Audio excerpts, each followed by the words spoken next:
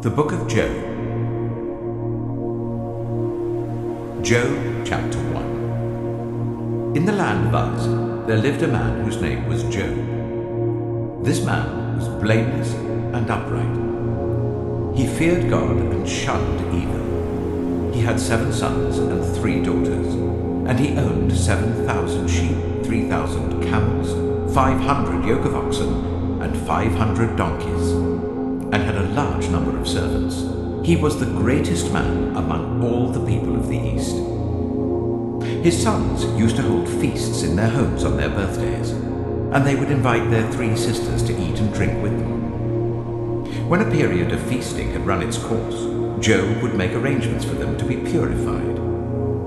Early in the morning he would sacrifice a burnt offering for each of them, thinking, "Perhaps my children have sinned and cursed God in their hearts."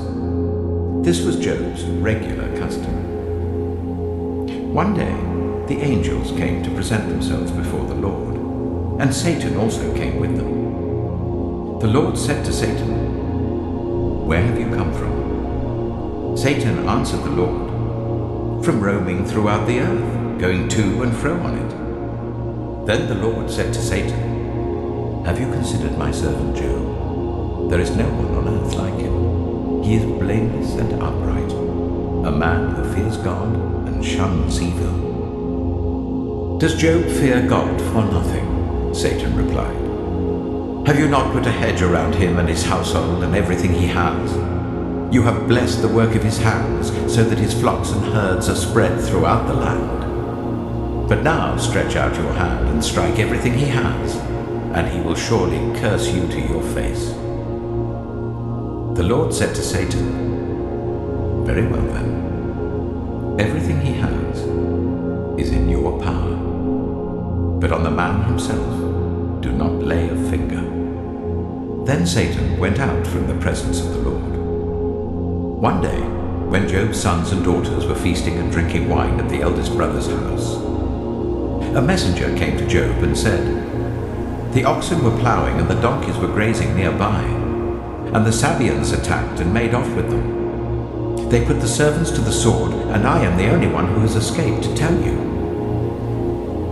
While he was still speaking, another messenger came and said, "The fire of God fell from the heavens and burned up the sheep and the servants, and I am the only one who has escaped to tell you."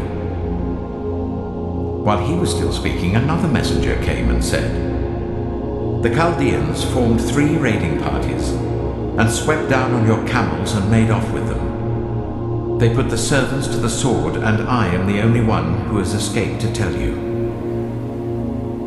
While he was still speaking, yet another messenger came and said, "Your sons and daughters were feasting and drinking wine at the eldest brother's house, when suddenly a mighty wind swept in from the desert and struck the 4 corners of the house. It collapsed on them, and they are dead. And I am the only one who has escaped to tell you." At this, Job got up and tore his robe and shaved his head. Then he fell to the ground in worship and said, "Naked I came from my mother's womb, and naked I shall depart. The Lord gave, and the Lord has taken away. May the name of the Lord be praised." In all this, Job did not sin by charging God with wrongdoing.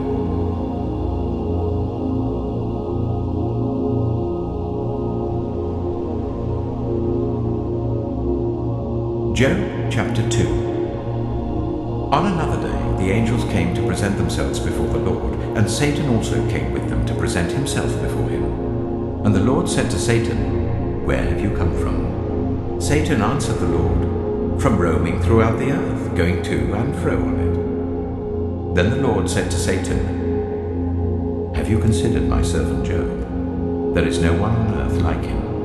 He is blameless and upright, a man who fears God and shuns evil, and he still maintains his integrity, though you incited me against him to ruin him without any reason." "Skin for skin," Satan replied.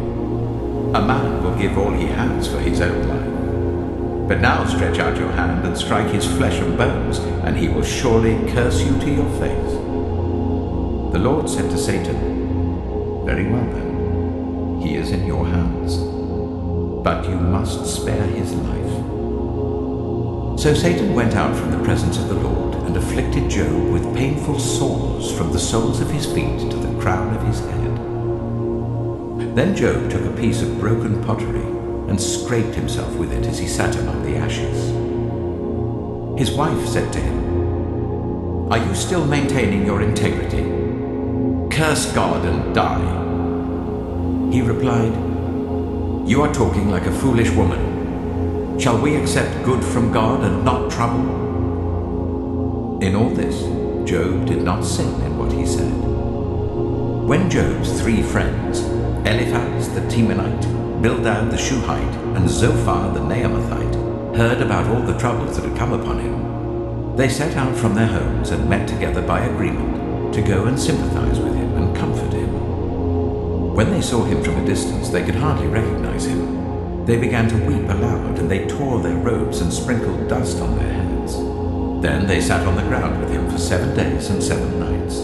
No one said a word to him, because they saw how great his suffering was.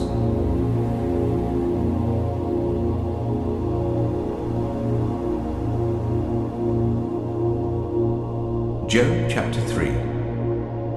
After this, Job opened his mouth and cursed the day of his birth. He said, "May the day of my birth perish, and the night that said a boy is conceived. That day, may it turn to darkness. May God above not care about it. May no light shine on it. May gloom and utter darkness claim it once more. May a cloud settle over it. May blackness overwhelm it. But that night, may thick darkness seize it. May it not be included among the days of the year, nor be entered in any of the months. May that night be barren. May no shout of joy be heard in it. May those who curse days curse that day. Those who are ready to rouse Leviathan, may its morning stars become dark. May it wait for daylight in vain and not see the first rays of dawn. For it did not shut the doors of the womb on me to hide trouble from my eyes. Why did I not perish at birth and die as I came from the womb? Why were there knees to receive me and breasts that I might be nursed? For now, I would be lying down in peace. I would be asleep and at rest with kings and rulers of the earth who built for themselves places now lying in ruins, with princes who had gold, who filled their houses with silver. Or why was I not hidden away in the ground like a stillborn child, like an infant who never saw the light of day? There the wicked cease from turmoil, and there the weary are at rest. Captives also enjoy their ease. They no longer hear the slave drivers shout. The small and the great are there, and the slaves are freed from their owners. Why is light given to those in misery, and life to the bitter of soul, to those who long for death that does not come, who search for it more than for hidden treasure, who are filled with gladness and rejoice when they reach the grave? Why is life given to a man whose way is hidden, whom God has hedged in? For sighing has become my daily food, my groans pour out like water. What I feared has come upon me, what I dreaded has happened to me. I have no peace, no quietness, I have no rest, but only turmoil.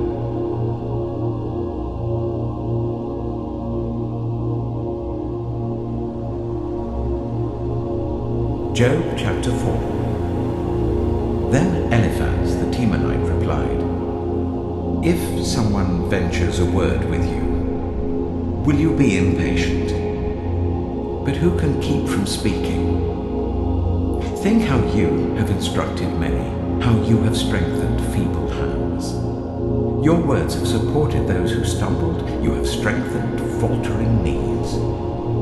But now trouble comes to you, and you are discouraged. It Should not your piety be your confidence, and your blameless ways your hope? Consider now, who being innocent has ever perished? Where were the upright ever destroyed? As I have observed, those who plough evil and those who sow trouble reap it.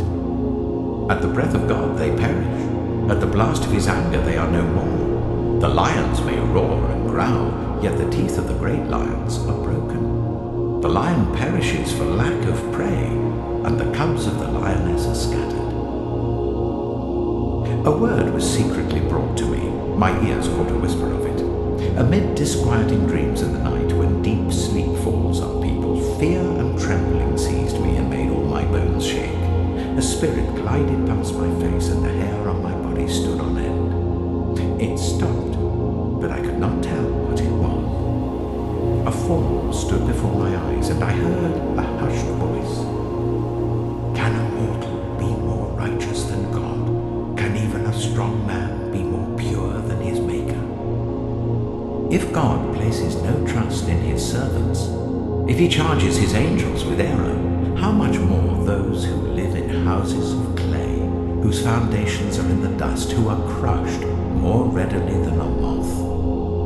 Between dawn and dusk they are broken to pieces. Unnoticed they perish forever. Are not the cords of their tent pulled up, so that they die without wisdom?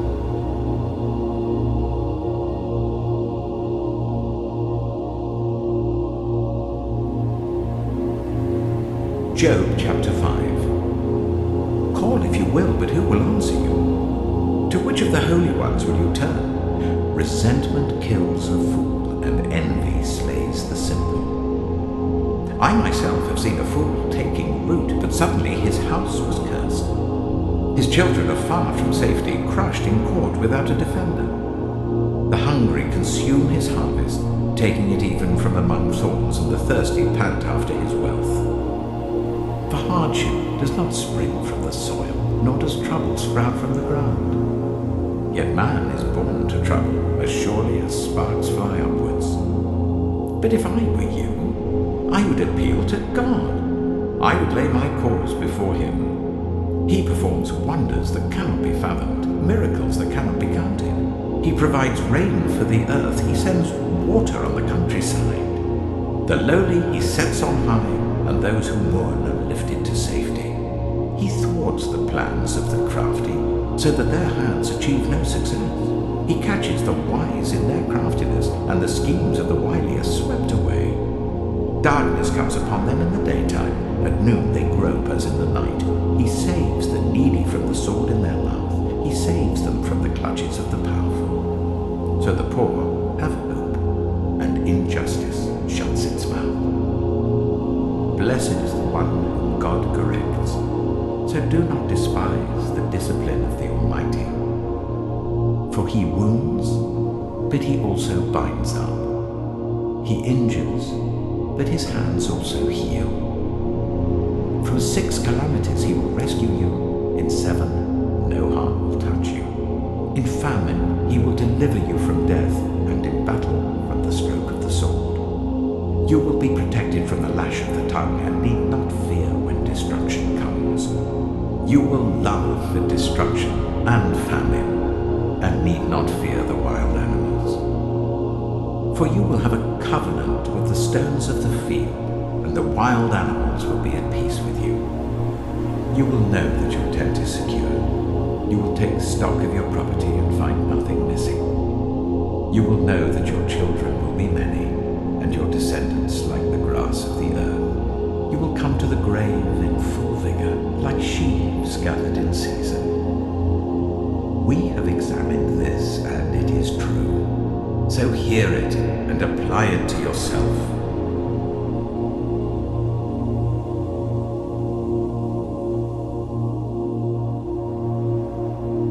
Job chapter 6. Then Job replied, if only my anguish could be weighed, and all my misery be placed on the scales. It would surely outweigh the sand of the seas. No wonder my words have been impetuous. The arrows of the Almighty are in me. My spirit drinks in their poison. God's terrors Does a wild donkey bray when it has grass, or an ox bellow when it has fodder? Is tasteless food eaten without salt, or is there flavor in the sap of the mallow? I refuse to touch it. Such food makes me ill. Oh, that I might have my request, that God would grant what I hope for, that God would be willing to crush me, to let loose his hand and cut off my life. Then I would still have this consolation, my joy in unrelenting pain, that I had not denied the words of the Holy One. What strength do I have that I should still hope? What prospects that I should be patient? Do I have the strength of stone? Is my flesh bronze? Do I have any power to help myself now that success has been driven from me? Anyone who withholds kindness from a friend forsakes the fear of the Almighty. But my brothers are as undependable as intermittent streams, as the streams that overflow when darkened by thawing ice and swollen with melting snow, but that stop flowing in the dry season and in the heat vanish from their channels. Caravans turn aside from their routes. They go off into the wasteland and perish. The caravans of Tema look for water. The traveling merchants of Sheba look in hope. They are distressed because they have been confident. They arrive there only to be disappointed. Now you too have proved to be of no help. You see something dreadful and are afraid. Have I ever said, give something on my behalf, pay a ransom for me from your wealth, deliver me from the hand of the enemy, rescue me from the clutches of the ruthless? Teach me and I will be quiet. Show me where I have been wrong. How painful are honest words. But what do your arguments prove? Do you mean to correct what I say and treat my desperate words as wind? You would even cast lots for the fatherless and barter away your friend. But now be so kind as to look at me.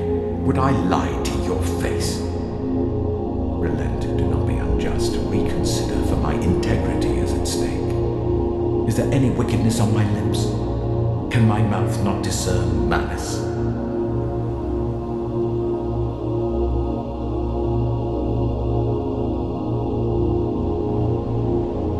Job chapter 7. Do not mortals have hard service on earth? Are not their days like those of hired laborers?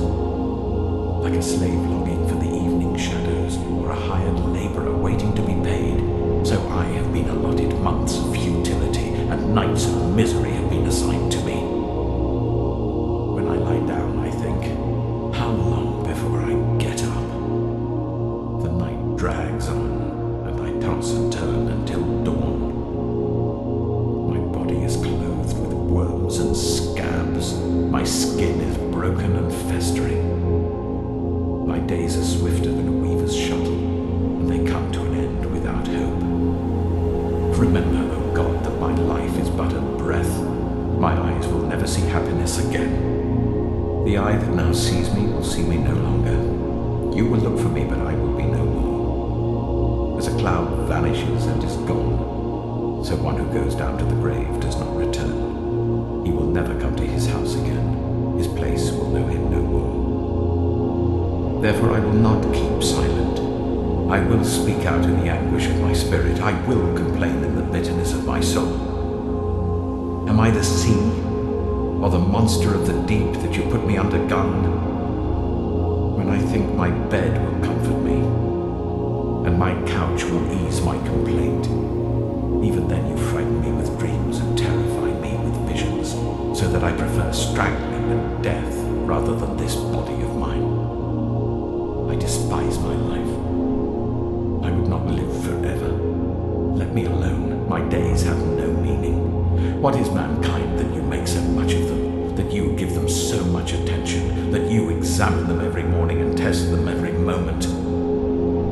Will you never look away from me, or let me alone even for an instant? If I have sinned, what have I done to you? You who see everything we do. Why have you made me your target? Have I become a burden to you? Why do you not pardon my offenses and forgive my sins? For I shall soon lie down in the dust. You will search for me, but I shall be no more.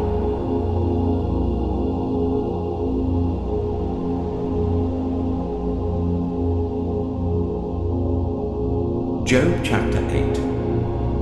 Then Bildad the Shuhite replied, "How long will you say such things? Your words are a blustering wind. Does God pervert justice? Does the Almighty pervert what is right? When your children sinned against him, he gave them over to the penalty of their sin. But if you will seek God earnestly and plead with the Almighty, if you are pure and upright even now, he will rouse himself on your behalf and restore you to your prosperous state. Your beginnings will seem humble, so prosperous will your future be. Ask the former generations and find out what their ancestors learned. For we were born only yesterday and know nothing, and our days on earth are but a shadow. Will they not instruct you and tell you? Will they not bring forth words from their understanding? Can papyrus grow tall where there is no marsh? Can reeds thrive without water? While still growing and uncut, they wither more quickly than grass. Such is the destiny of all who forget God. So perishes the hope of the godless. What they trust in is fragile. What they rely on is a spider's web. They lean on the web, but it gives way. They cling to it, but it does not hold. They are like a well-watered plant in the sunshine, spreading its shoots over the garden. It entwines its roots round a pile of rocks and looks for a place among the stones. But when it is torn from its spot, that place disowns it and says, "I never saw you." Surely its life withers away, and from the soil other plants grow. Surely God does not reject one who is blameless, or strengthen the hands of evildoers. He will yet fill your mouth with laughter and your lips with shouts of joy. Your enemies will be clothed in shame, and the tents of the wicked will be no more.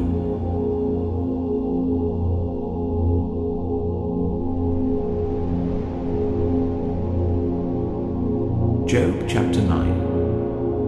Then Job replied, "Indeed, I know that this is true. But how can mere mortals prove their innocence before God? Though they wished to dispute with him, they could not answer him once in 1,000 times. His wisdom is profound, his power is vast. Who has resisted him and come out unscathed? He moves mountains without their knowing it and overturns them in his anger. He shakes the earth from its place and makes its pillars tremble. He speaks to the sun, and it does not shine. He seals off the light of the stars. He alone stretches out the heavens and treads on the waves of the sea. He is the maker of the Bear and Orion, the Pleiades and the constellations of the south. He performs wonders that cannot be fathomed, miracles that cannot be counted. When he passes me, I cannot see him. When he goes by, I cannot perceive him. If he snatches away, who can stop him? Who can say to him, "What are you doing?" God does not restrain his anger. Even the cohorts of Rahab cowered at his feet. How then can I dispute with him? How can I find words to argue with him? Though I were innocent, I could not answer him. I could only plead with my judge for mercy. Even if I summoned him and he responded, I do not believe he would give me a hearing. He would crush me with a storm and multiply my wounds for no reason.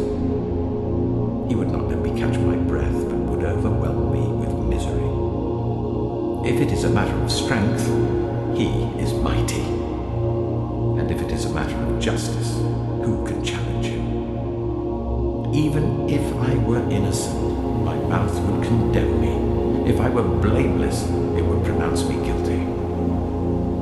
Although I am blameless, I have no concern for myself.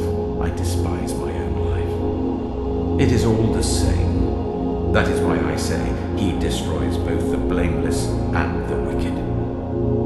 When a scourge brings sudden death, He mocks the despair of the innocent. When a land falls into the hands of the wicked, he blindfolds its judges. If it is not he, then who is it? My days are swifter than a runner. They fly away without a glimpse of joy. They skim past like boats of papyrus, like eagles swooping down on their prey. If I say, I will forget my complaint, I will change my expression and smile, I still dread all my sufferings, for I know you will not hold me innocent. Since I am already found guilty, why should I struggle in vain? Even if I washed myself with soap and my hands with cleansing powder, you would plunge me into a slime pit so that even my clothes would detest me. He is not a mere mortal like me, that I might answer him, that we might confront each other in court. If only there was someone to mediate between us, someone to bring us together, someone to remove God's rod from me, so that his terror would frighten me no more. Then I would speak up without fear of him. But as it now stands with me, I cannot.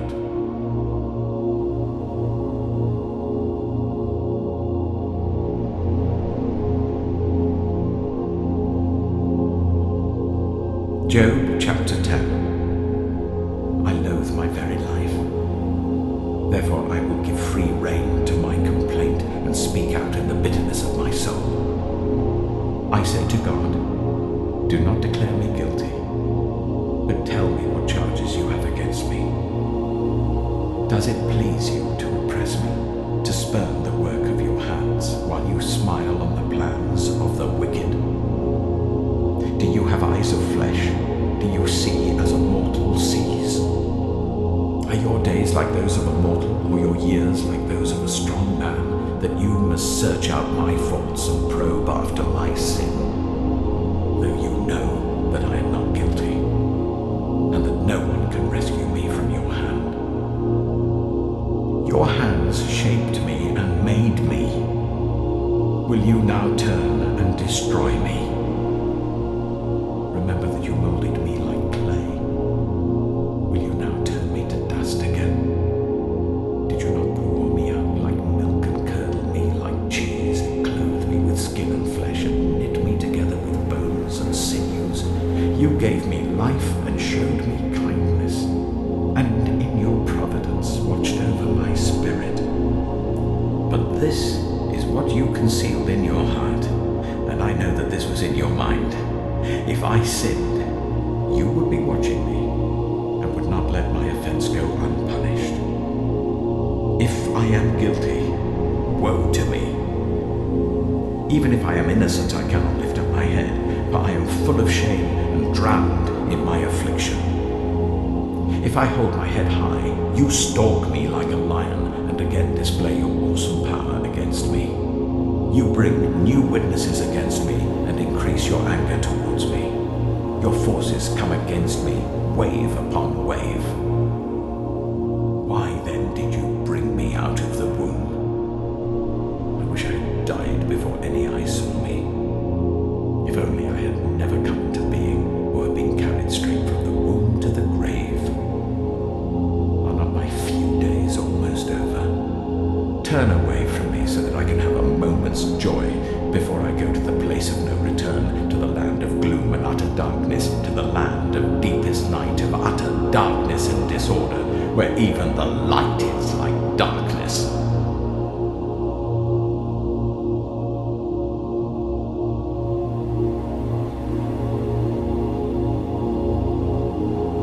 Job chapter 11. Then Zophar the Naamathite replied, are all these words to go unanswered?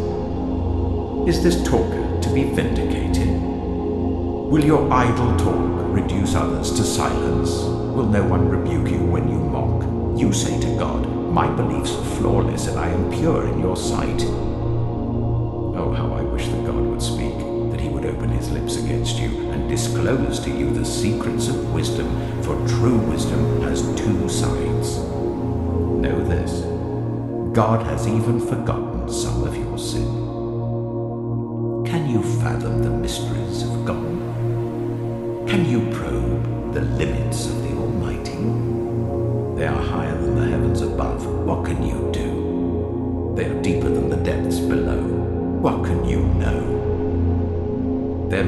longer than the earth and wider than the sea.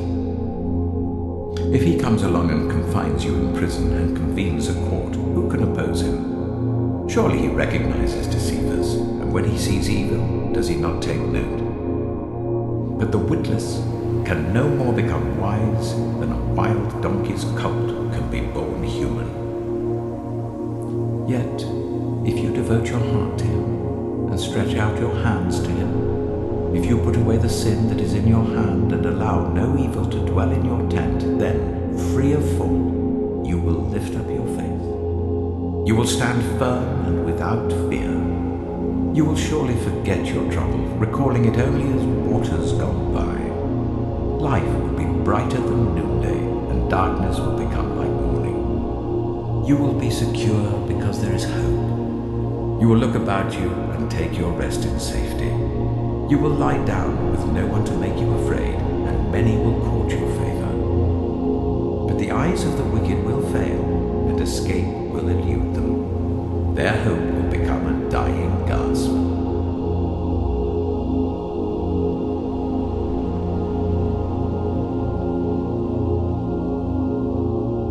Job chapter 12. Then Job replied, "Doubtless you are the only people who matter, and wisdom will die with you.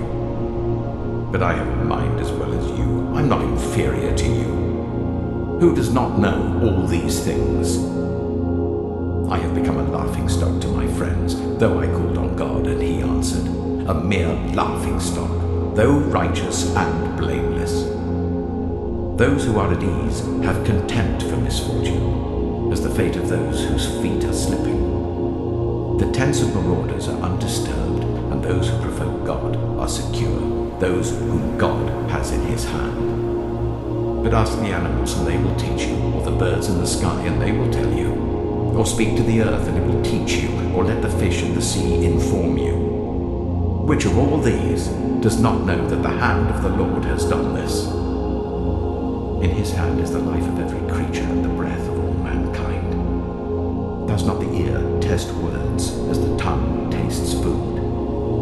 Is not wisdom found among the aged? Does not long life bring understanding? To God belong wisdom and power. Counsel and understanding are his. What he tears down cannot be rebuilt. Those he imprisons cannot be released. If he holds back the waters, there is drought. If he lets them loose, they devastate the land. To him belongs strength and insight. Both deceived and deceiver are his. He leads rulers away, stripped, and makes fools of judges. He takes off the shackles put on by kings and ties a loincloth around their waist. He leads priests away, stripped, and overthrows officials long established. He silences the lips of trusted advisers and takes away the discernment of elders. He pours contempt on nobles and disarms the mighty. He reveals the deep things of darkness and brings utter darkness into the light. He makes nations great and destroys them. He enlarges nations and disperses them. He deprives the leaders of the earth of their reason. He makes them wander in a trackless waste. They grope in darkness with no light. He makes them stagger like drunkards.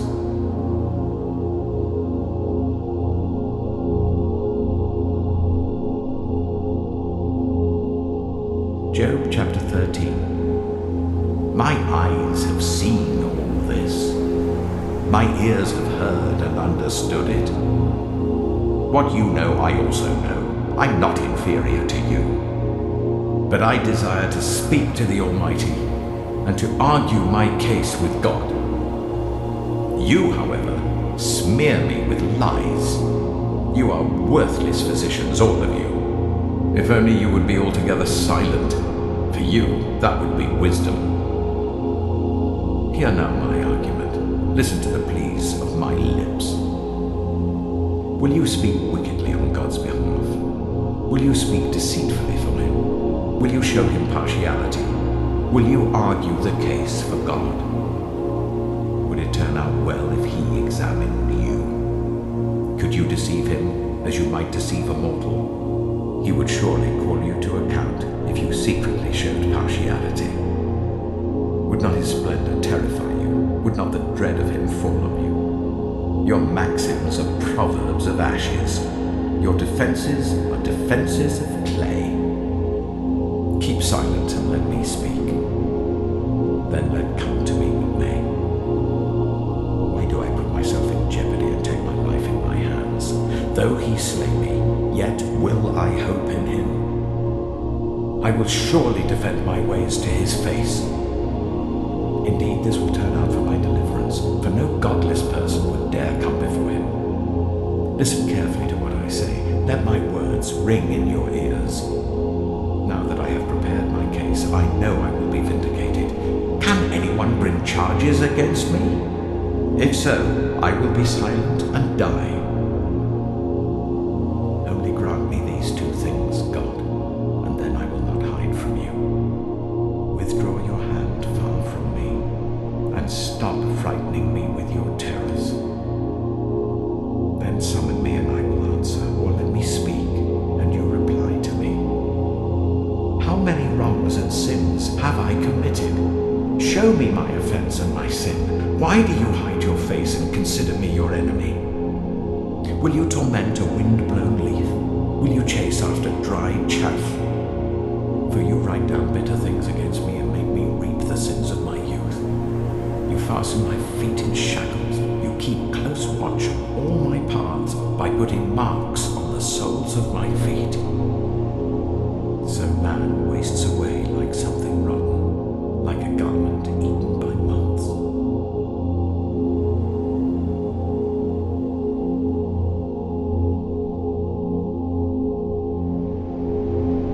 Job chapter 14. Mortals, born of woman, are of few days and full of trouble. They spring up like flowers and wither away, like fleeting shadows. They do not endure. Do you fix your eye on them? Will you bring them before you for judgment? Who can bring what is pure from the impure? No one. A person's days are determined. You have decreed the number of his months and have set limits he cannot exceed. So look away from him and let him alone, till he has put in his time like a hired laborer. At least there is hope for a tree. If it is cut down, it will sprout again, and its new shoots will not fail.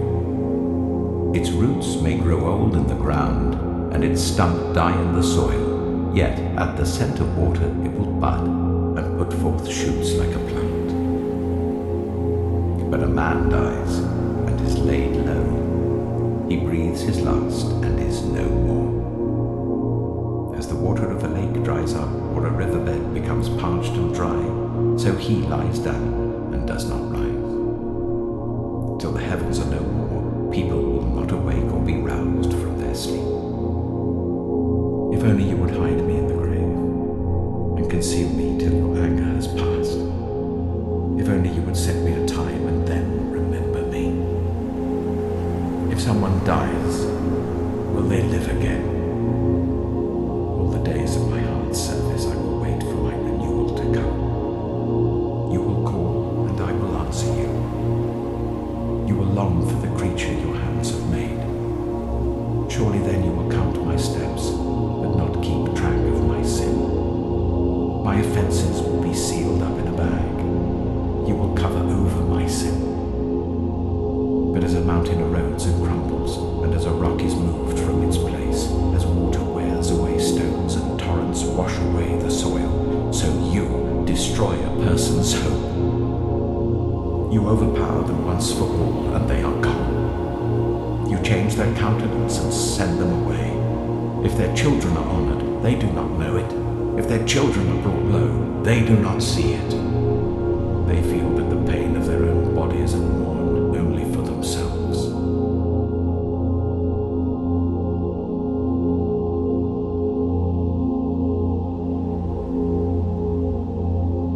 Job chapter 15. Then Eliphaz the Temanite replied, Would a wise person answer with empty notions, or fill their belly with the hot east wind?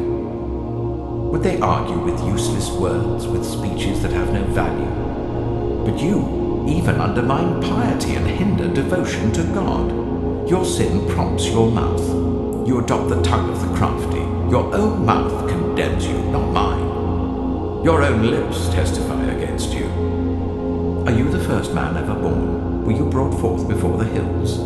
Do you listen in on God's counsel? Do you have a monopoly on wisdom? What do you know that we do not know?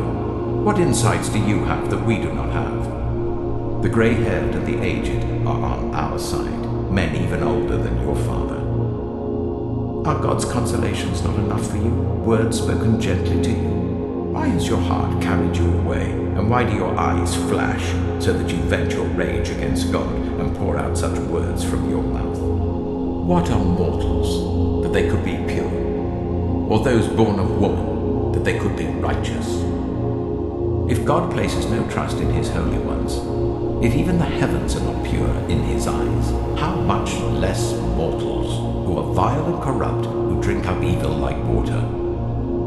Listen to me, and I will explain to you.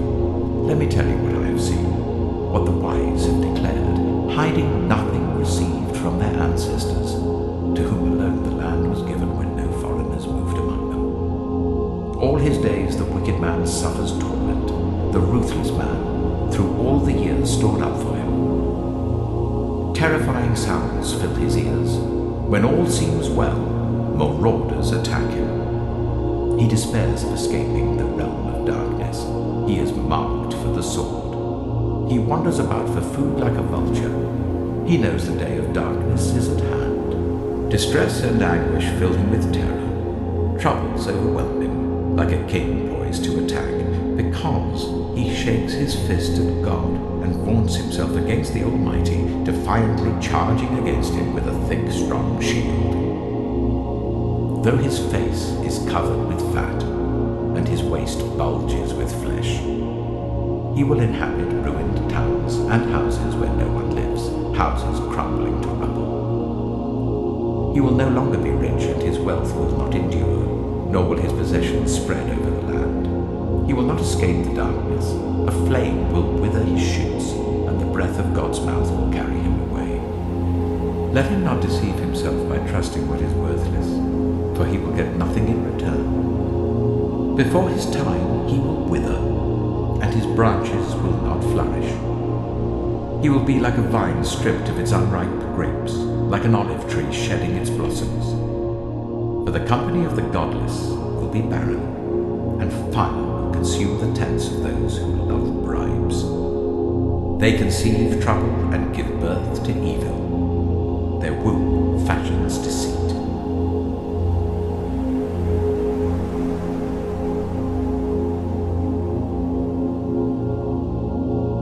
Job chapter 16. Then Job replied, I have heard many things like these. You're miserable comforters, all of you. Will your long-winded speeches never end? What ails you that you keep on arguing? I also could speak like you if you were in my place. I could make fine speeches against you and shake my head at you. But my mouth would encourage you. Comfort from my lips would bring you relief. Yet if I speak, my pain is not relieved, and if I refrain, it does not go away. Surely, God, you have worn me out. You have devastated my entire household. You have shriveled me up, and it has become a witness. My gauntness rises up and testifies against me. God assails me and tears me in his anger and gnashes his teeth at me. My opponent fastens on me his piercing eyes. People open their mouths to jeer at me. They strike my cheek in scorn and unite together against me. God has turned me over to the ungodly and thrown me into the clutches of the wicked. All was well with me, but he shattered me. He seized me by the neck and crushed me. He has made me his target. His archers surround me. Without pity, he pierces my kidneys and spills my gall on the ground. Again and again he bursts upon me. He rushes at me like a warrior. I have sewn sackcloth over my skin and buried my brow in the dust. My face is red with weeping. Dark shadows ring my eyes. Yet my hands have been free of violence, and my prayer is pure. Earth, do not cover my blood. May my cry never be laid to rest. Even now my witness is in heaven. My advocate is on high. My intercessor is my friend, as my eyes pour out tears to God. On behalf of a man, he pleads with God as one pleads for a friend. Only a few years will pass before I take the path of no return.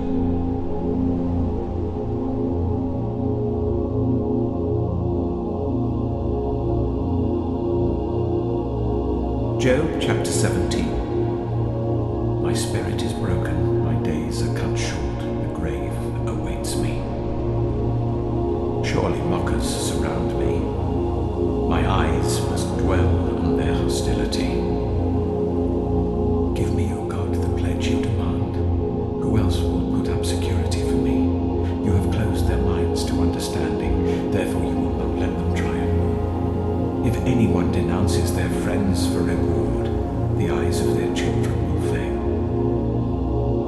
God has made me a byword to everyone, a man in whose face people spit.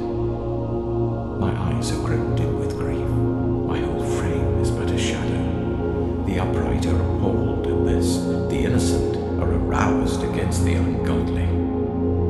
Nevertheless, the righteous will hold to their ways, and those with clean hands will grow stronger. But come on, all of you, try again. I will not find a wise man among you. My days have passed, my plans are shattered. Yet the desires of my heart turn night into day. In the face of the darkness, light is near. If the only home I hope for is the grave, if I spread out my bed in the realm of darkness, if I say to corruption, you are my father, and to the worm, my mother, or my sister, where then is my hope? Who can see any hope for me? Will it go down to the gates of death? Will we descend together into the dust?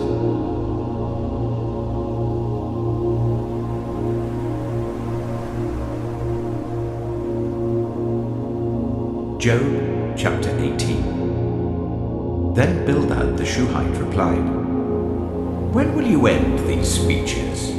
Be sensible and then we can talk. Why are we regarded as cattle and considered stupid in your sight? You, who tear yourself to pieces in your anger. Is the earth to be abandoned for your sake, or must the rocks be moved from their place? The lamp of a wicked man is snuffed out, the flame of his fire stops burning. The light in his tent becomes dark, the lamp beside him goes out. The vigor of his step is weakened, his own schemes throw him down. His feet thrust him into a net. He wanders into its mesh. A trap seizes him by the heel, a snare holds him fast. A noose is hidden for him on the ground, a trap lies in his path. Terrors startle him on every side and dog his every step. Calamity is hungry for him. Disaster is ready for him when he falls. It eats away parts of his skin. Death's firstborn devours his limbs. He is torn from the security of his tent and marched off to the king of terrors. Fire resides in his tent. Burning sulfur is scattered over his dwelling. His roots dry up below, and his branches wither above. The memory of him perishes from the earth. He has no name in the land. He is driven from light into the realm of darkness and is banished from the world. He has no offspring or descendants among his people. No survivor where once he lived. People of the west are appalled at his fate. Those of the east are seized with horror. Surely such is the dwelling of an evil man. Such is the place of one who does not know God.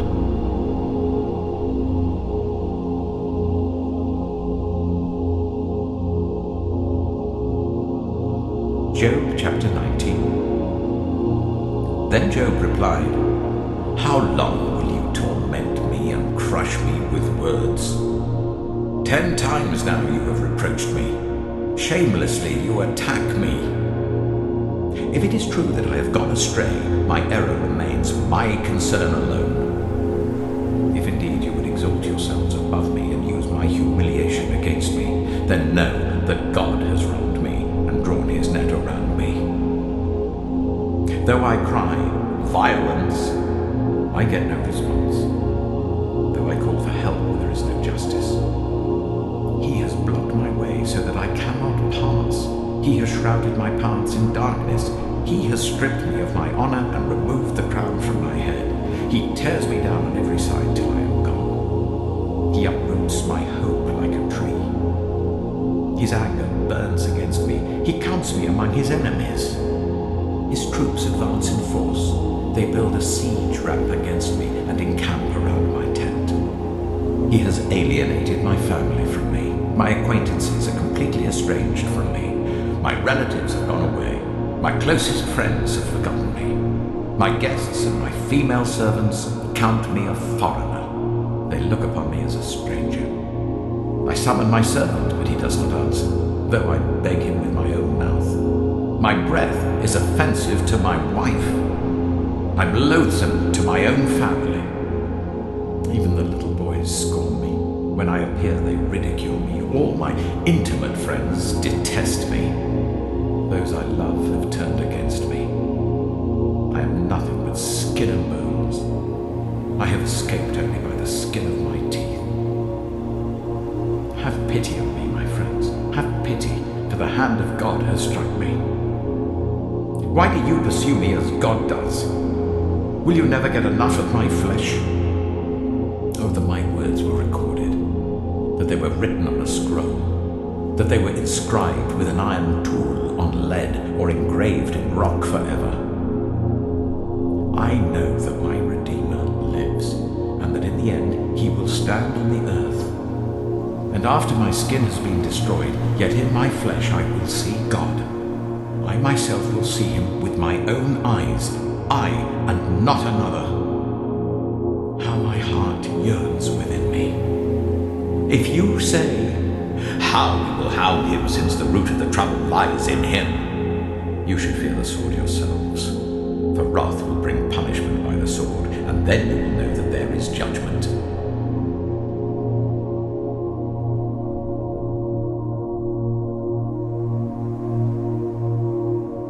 Job chapter 20. Then Zophar the Naamathite replied, "My troubled thoughts prompt me to answer because I am greatly disturbed. I hear a rebuke that dishonors me, and my understanding inspires me to reply. Surely you know how it has been from old, ever since mankind was placed on the earth, that the mirth of the wicked is brief, the joy of the godless lasts but a moment. Though the pride of the godless person reaches to the heavens and his head touches the clouds, he will perish forever, like his own dung. Those who have seen him will say, 'Where is he?' Like a dream he flies away, no more to be found, banished like a vision of the night. The eye that saw him will not see him again. His place will look on him no more. His children must make amends to the poor. His own hands must give back his wealth. The youthful vigor that fills his bones will lie with him in the dust. Though evil is sweet in his mouth and he hides it under his tongue, though he cannot bear to let it go and lets it linger in his mouth, yet his food will turn sour in his stomach. It will become the venom of serpents within him. He will spit out the riches he swallowed. God will make his stomach vomit them up. He will suck the poison of serpents. The fangs of an adder will kill him. He will not enjoy the streams, the rivers flowing with honey and cream. What he toiled for, he must give back uneaten. He will not enjoy the profit from his trading. For he has oppressed the poor and left them destitute. He has seized houses he did not build. Surely he will have no respite from his craving. He cannot save himself by his treasure. Nothing is left for him to devour. his prosperity will not endure. In the midst of his plenty, distress will overtake him. The full force of misery will come upon him. When he has filled his belly, God will vent his burning anger against him and rain down his blows on him. Though he flees from an iron weapon, a bronze-tipped arrow pierces him. He pulls it out of his back, the gleaming point out of his liver. Terrors will come over him, and total darkness lies in wait for his treasures. A fire unfanned will consume him, and devour what is left in his tent. The heavens will expose his guilt, the earth will rise up against him. A flood will carry off his house, rushing waters on the day of God's wrath. Such is the fate God allots the wicked, the heritage appointed for them by God.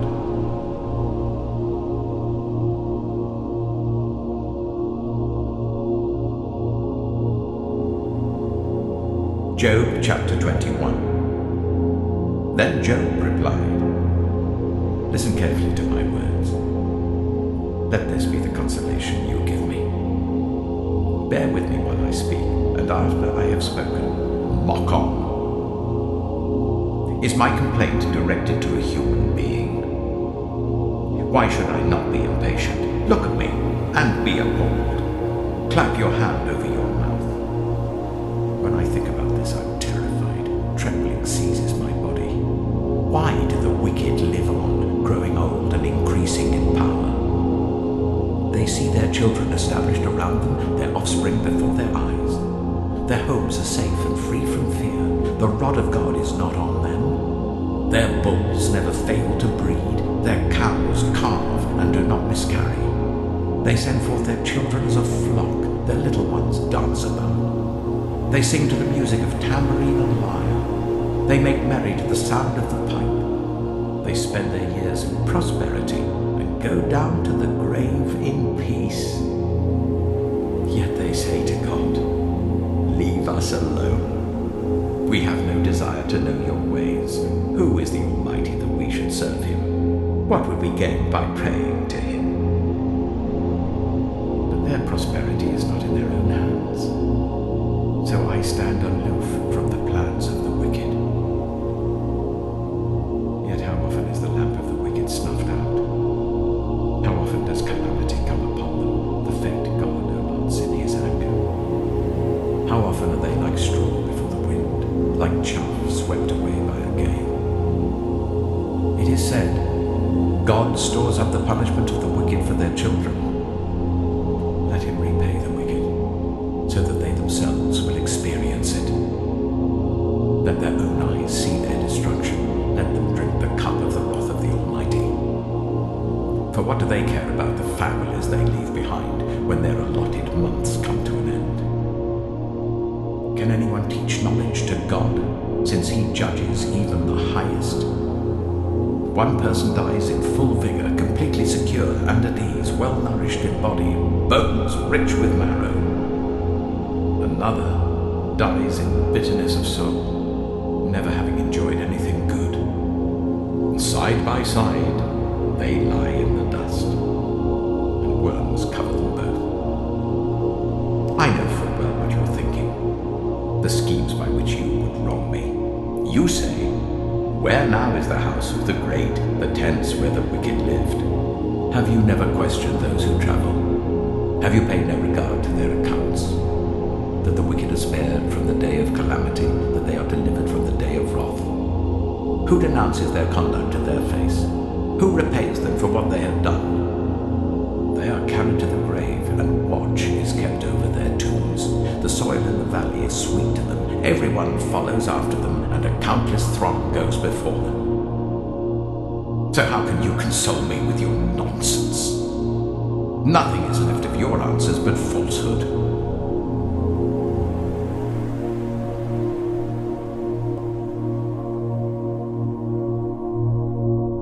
Job chapter 22.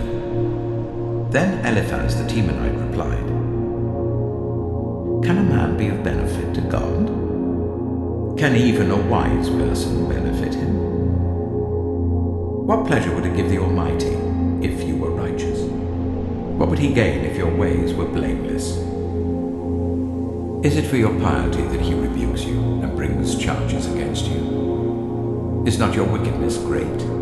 Are not your sins endless? You demanded security from your relatives for no reason. You stripped people of their clothing, leaving them naked. You gave no water to the weary, and you withheld food from the hungry, though you were a powerful man owning land, an honored man living on it. And you sent widows away empty-handed and broke the strength of the fatherless. That is why snares are all around you, why sudden peril terrifies you, why it is so dark that you cannot see, and why a flood of water covers you. Is not God in the heights of heaven? And see how lofty are the highest stars. Yet you say, what does God know? Does he judge through such darkness? Thick clouds veil him, so he does not see us as he goes about in the vaulted heavens. Will you keep to the old path the wicked have trod? They were carried off before their time, their foundations washed away by a flood. They said to God, leave us alone. What can the Almighty do to us? Yet it was he who filled their houses with good things. So I stand aloof from the plans of the wicked. The righteous see their ruin and rejoice. The innocent mock them, saying, surely our foes are destroyed, and fire devours their wealth. Submit to God and be at peace with him. In this way prosperity will come to you. Accept instruction from his mouth and lay up his words in your heart. If you return to the Almighty, you will be restored. If you remove wickedness far from your tent and assign your nuggets to the dust, your gold of Ophir to the rocks in the ravines, then the Almighty will be your gold, the choicest silver for you. Surely then you will find delight in the Almighty and will lift up your face to God. You will pray to him and he will hear you, and you will fulfill your vows. What you decide on will be done, and light will shine on your ways. When people are brought low and you say, lift them up, then he will save the downcast. He will deliver even one who is not innocent, who will be delivered through the cleanness of your hand.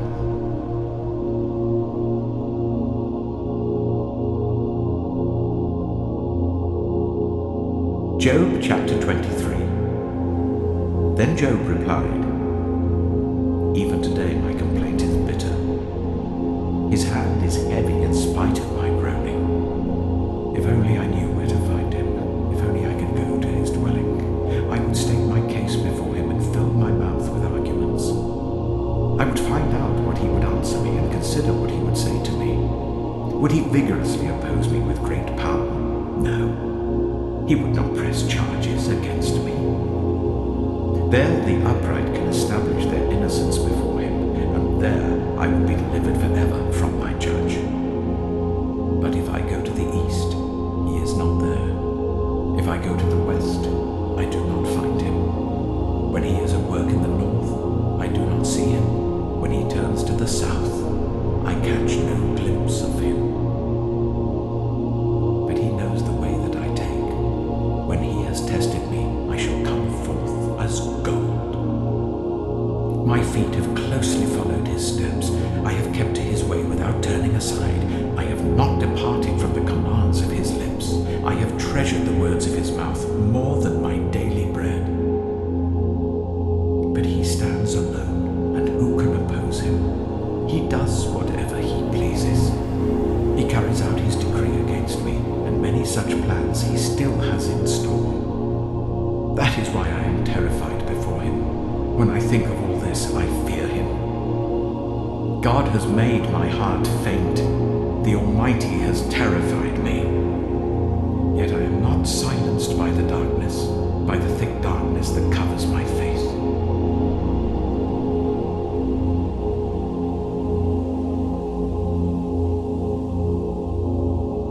Job chapter 24. Why does the Almighty not set times for judgment? Why must those who know him look in vain for such days? There are those who move boundary stones. They pasture flocks they have stolen. They drive away the orphan's donkey and take the widow's ox in pledge. They thrust the needy from the path and force all the poor of the land into hiding. Like wild donkeys in the desert, the poor go about their labor of foraging food. The wasteland provides food for their children. They gather fodder in the fields and glean in the vineyards of the wicked. Lacking clothes, they spend the night naked. They have nothing to cover themselves at the cold. They are drenched by mountain rains and hug the rocks for lack of shelter. The fatherless child is snatched from the breast. The infant of the poor is seized for a debt. Lacking clothes, they go about naked. They carry the sheaves but still go hungry. They crush olives among the terraces. They tread the wine presses, yet suffer thirst. The groans of the dying rise from the city, and the souls of the wounded cry out for help. But God charges no one with wrongdoing. There are those who rebel against the light, who do not know its ways or stay in its paths. When daylight is gone, the murderer rises up, kills the poor and needy, and in the night steals forth like a thief. The eye of the adulterer watches for dusk. He thinks, no eye will see me, and he keeps his face concealed. In the dark, thieves break into houses, but by day they shut themselves in. They want nothing to do with the light. For all of them, midnight is their morning. They make friends with the terrors of darkness. Yet they are foam on the surface of the water. Their portion of the land is cursed, so that no one goes to the vineyards. As heat and drought snatch away the melted snow, so the grave snatches away those who have sinned. The womb forgets them, the worm feasts on them. The wicked are no longer remembered, but are broken like a tree. They prey on the barren and childless woman, and to the widow they show no kindness. But God drags away the mighty by his power. Though they become established, they have no assurance of life. He may let them rest in a feeling of security, but his eyes are on their ways. For a little while they are exalted, and then they are gone. They are brought low and gathered up like all others. They are cut off like ears of corn. If this is not so, who can prove me false and reduce my words to nothing?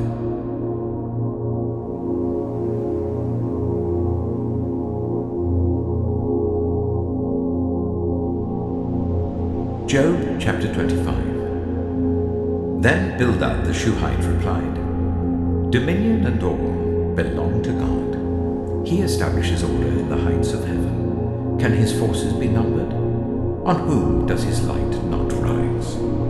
How then can a mortal be righteous before God? How can one born of woman be pure? If even the moon is not bright and the stars are not pure in his eyes, how much less a mortal who is but a maggot, a human being who is only a worm?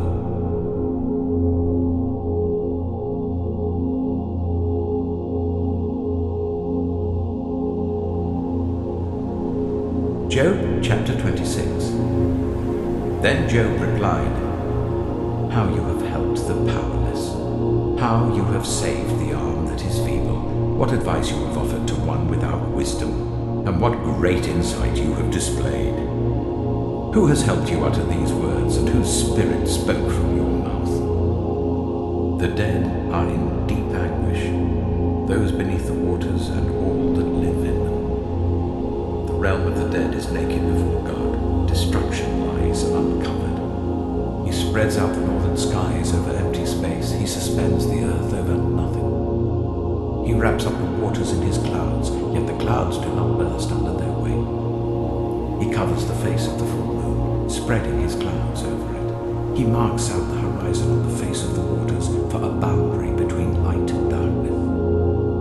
The pillars of the heavens quake aghast at his rebuke. By his power he churned up the sea. By his wisdom he cut Rahab to pieces. By his breath the skies became fair. His hand pierced the gliding serpent. And these are but the outer fringe of his works. How faint the whisper we hear of him. Who then can understand the thunder of his power?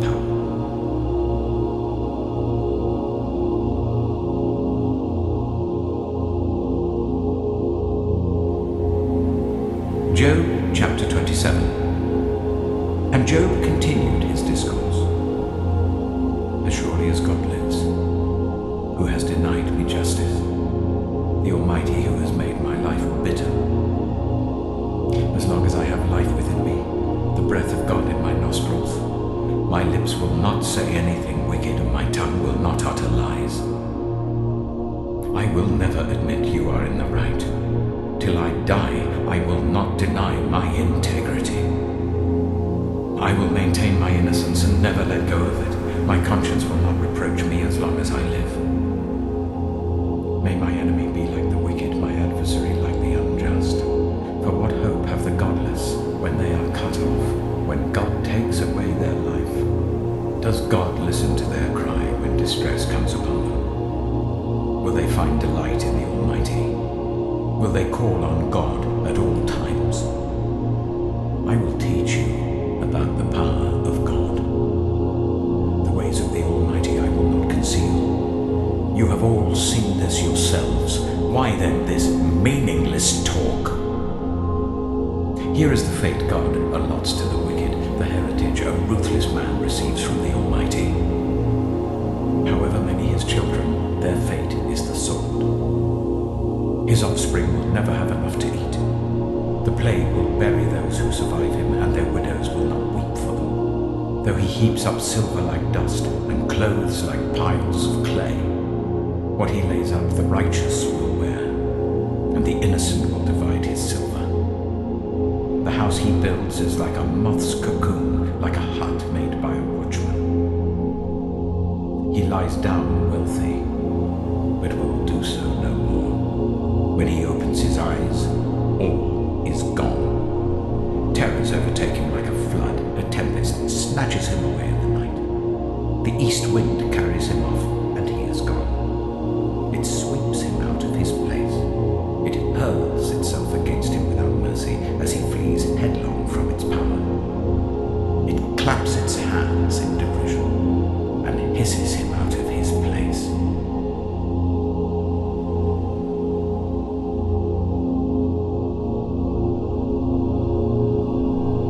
Job chapter 28.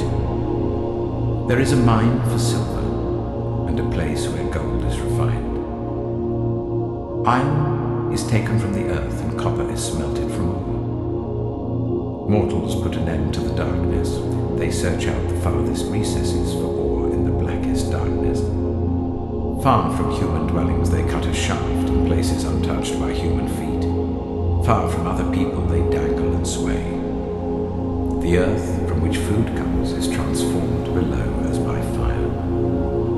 Lapis lazuli comes from its rocks, and its dust contains nuggets of gold. No bird of prey knows that hidden path. No falcon's eye has seen it. Proud beasts do not set foot on it, and no lion prowls there. People assault the flinty rock with their hands and lay bare the roots of the mountains. They tumble through the rock. Their eyes see all its treasures. They search the sources of the rivers and bring hidden things to light. But where can wisdom be found? Where does understanding dwell? No mortal comprehends its worth. It cannot be found in the land of the living. The deep says, "It is not in me." The sea says, "It is not with me." It cannot be bought with the finest gold, nor can its price be weighed out in silver. It cannot be bought with the gold of Ophir, with precious onyx or lapis lazuli.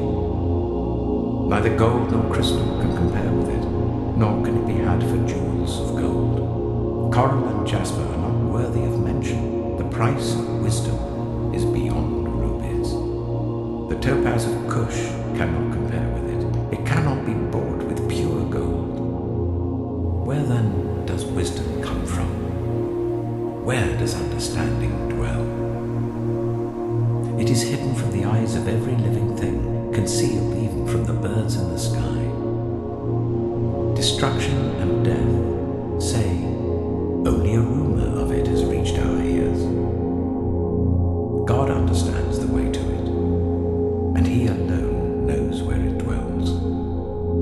he views the ends of the earth and sees everything under the heavens. When he established the force of the wind and measured out the waters, when he made a decree for the rain and a path for the thunderstorm, then he looked at wisdom and appraised it. He confirmed it and tested it. And he said to the human race, "The fear of the Lord, that is wisdom, and to shun evil is understanding."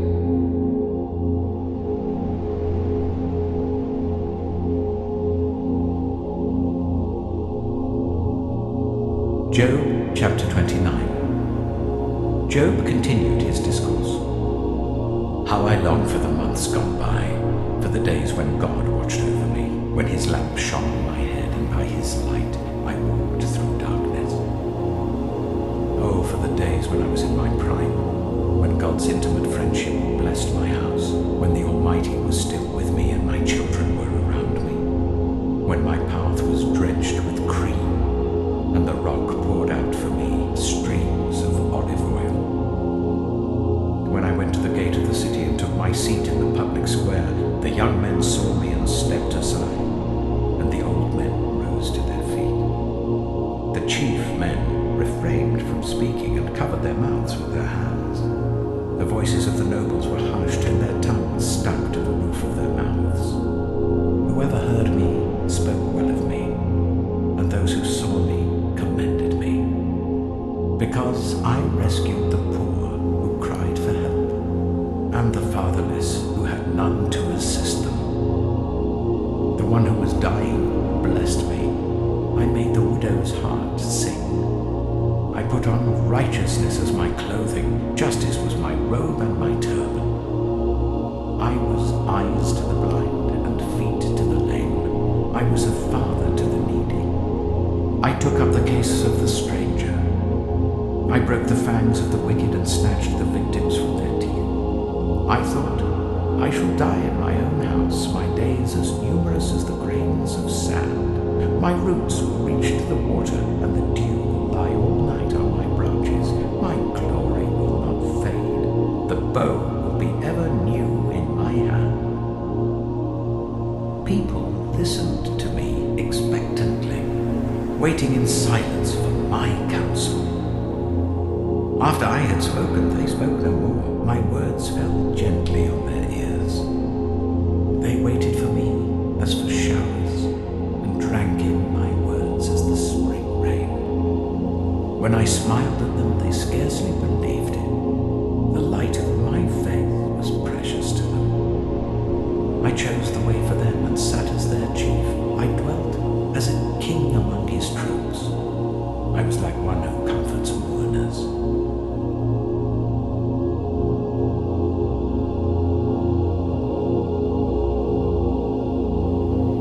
Job chapter 30. But now they mock me, men younger than I, whose fathers I would have disdained to put with my sheepdogs. Of what use was the strength of their hands to me, since their vigor had gone from them? Haggard from want and hunger, they roamed the parched land in desolate wastelands at night. In the brush they gathered salt herbs, and their food was the root of the broom bush. They were banished from human society, shouted at as if they were thieves. They were forced to live in the dry stream beds, among the rocks and in holes in the ground. They brayed among the bushes and huddled in the undergrowth. A base and nameless brood, they were driven out of the land. And now, those young men mock me in song. I have become a byword among them. They detest me and keep their distance. They do not hesitate to spit in my face. Now that God has unstrung my bow and afflicted me, they throw off restraint in my presence. On my right, the tribe attacks. They lay snares for my feet. They build their siege ramps against me. They break up my road. They succeed in destroying me. No one can help him, they say. They advance as through a gaping breach. Amid the ruins they come rolling in. Terrors overwhelm me. My dignity is driven away as by the wind.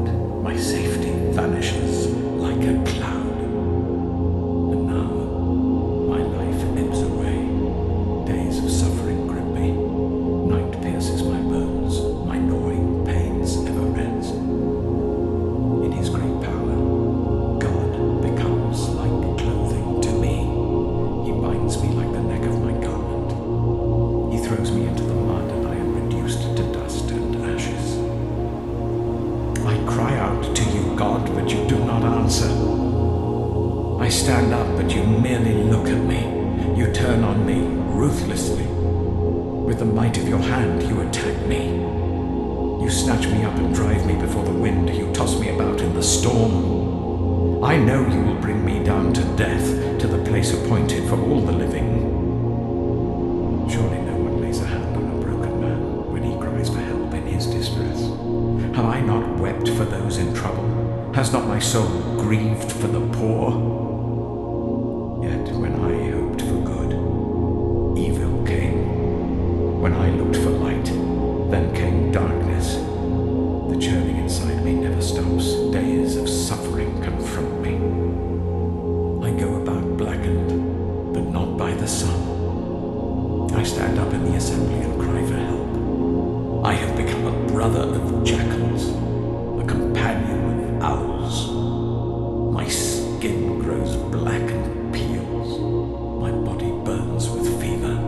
My lyre is tuned to mourning, and my pipe to the sound of wailing.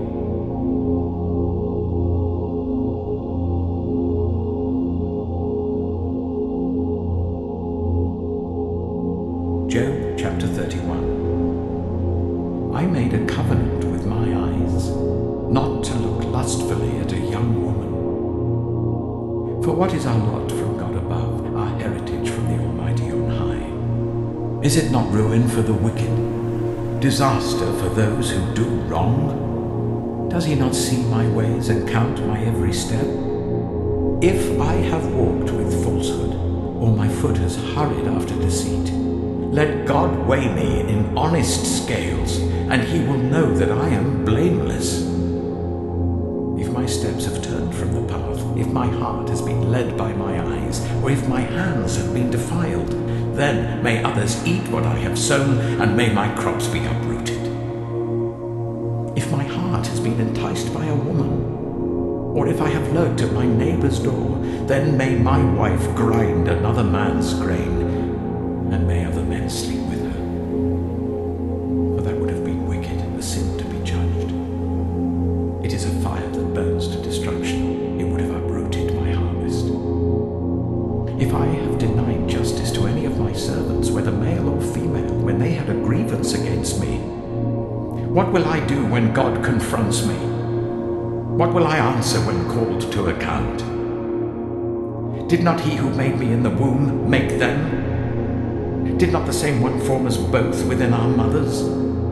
If I have denied the desires of the poor, or let the eyes of the widow grow weary, if I have kept my bread to myself, not sharing it with the fatherless, but from my youth I reared them as a father would, and from my birth I guided the widow, if I have seen anyone perishing for lack of clothing, or the needy without garments, and their hearts did not bless me for warming them with the fleece from my sheep, if I have raised my hand against the fatherless, knowing that I had influence in court, then let my arm fall from the shoulder, let it be broken off at the joint.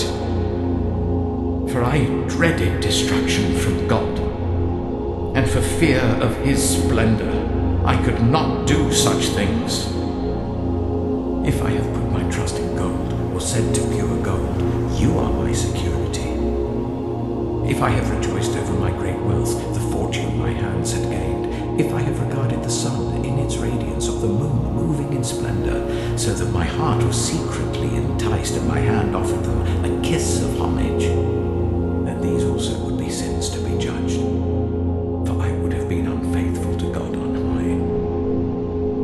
If I have rejoiced at my enemy's misfortune, or gloated over the trouble that came to him, I have not allowed my mouth to sin by invoking a curse against their life. If those of my household have never said, who has not been filled with Job's meat? But no stranger had to spend the night in the street, for my door was always open to the traveler. If I have concealed my sin, as people do, by hiding my guilt in my heart, because I so feared the crowd and so dreaded the contempt of the clans, that I kept silent and would not go outside, oh, that I had someone to hear me. I sign now my defense. Let the Almighty answer me. Let my accuser put his indictment in writing. Surely I would wear it on my shoulder. I would put it on like a crown. I would give him an account of my every step. I would present it to him as to a ruler. If my land cries out against me and all its furrows are wet with tears, if I have devoured its yield without payment, or broken the spirit of its tenants, then let briars come up instead of wheat and stinkweed instead of barley. The words of Job are ended.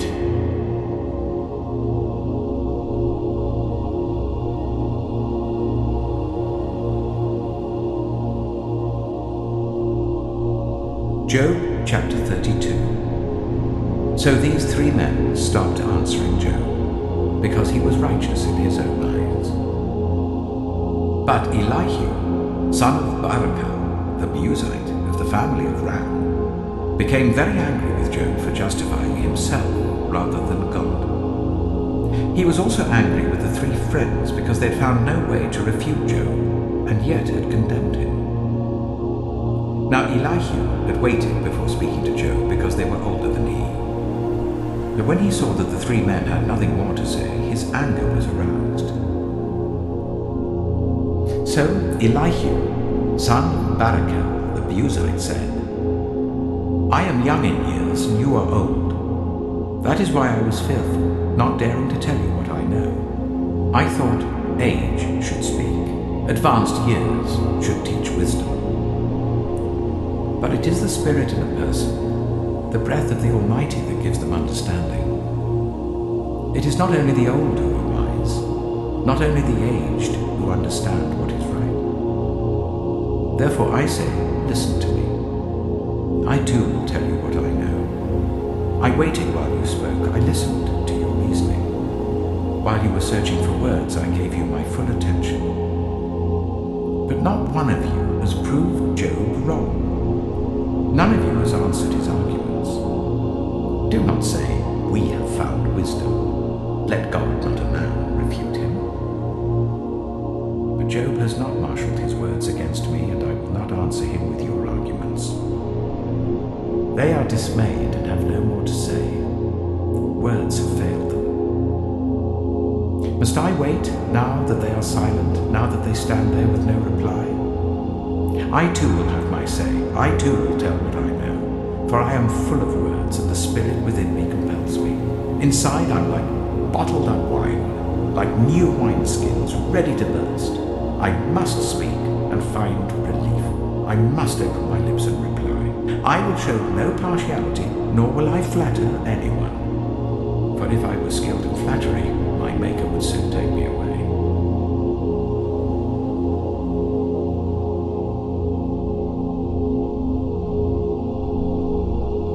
Job chapter 33. But now, Job, listen to my words. Pay attention to everything I say.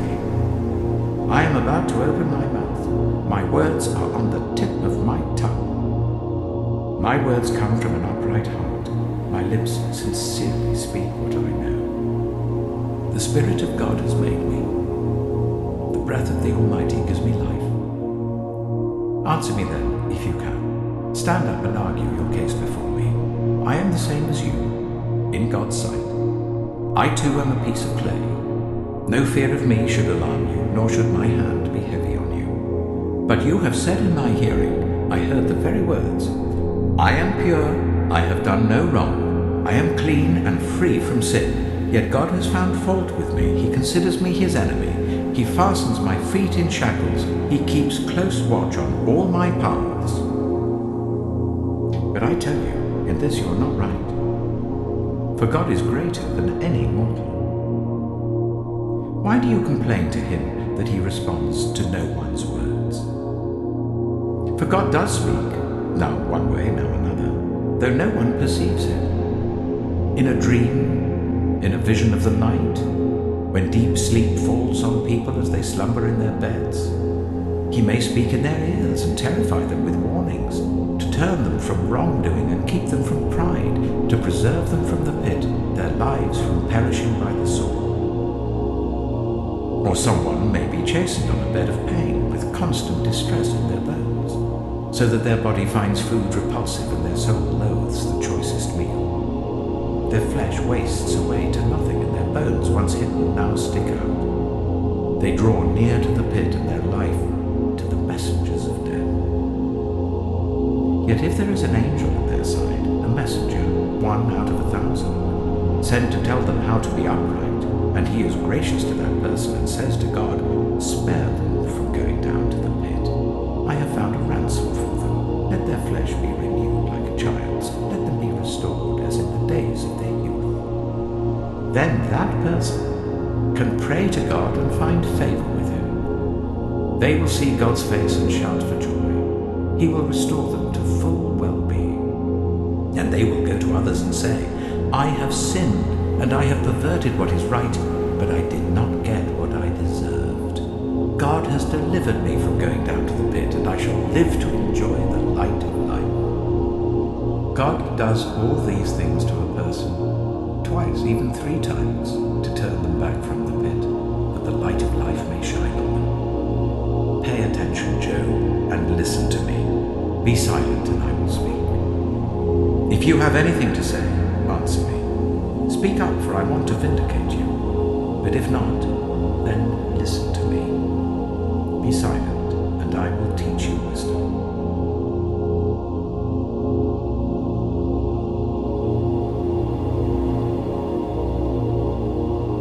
Job chapter 34. Then Elihu said, "Hear my words, you wise men. Listen to me, you men of learning. For the ear tests words as the tongue tastes food. Let us discern for ourselves what is right. Let us learn together what is good." Job says, "I am innocent, but God denies me justice. Although I am right, I am considered a liar. Although I am guiltless, his arrow inflicts an incurable wound. Is there anyone like Job, who drinks scorn like water? He keeps company with evildoers. He associates with the wicked, for he says, there is no profit in trying to please God." So listen to me, you men of understanding.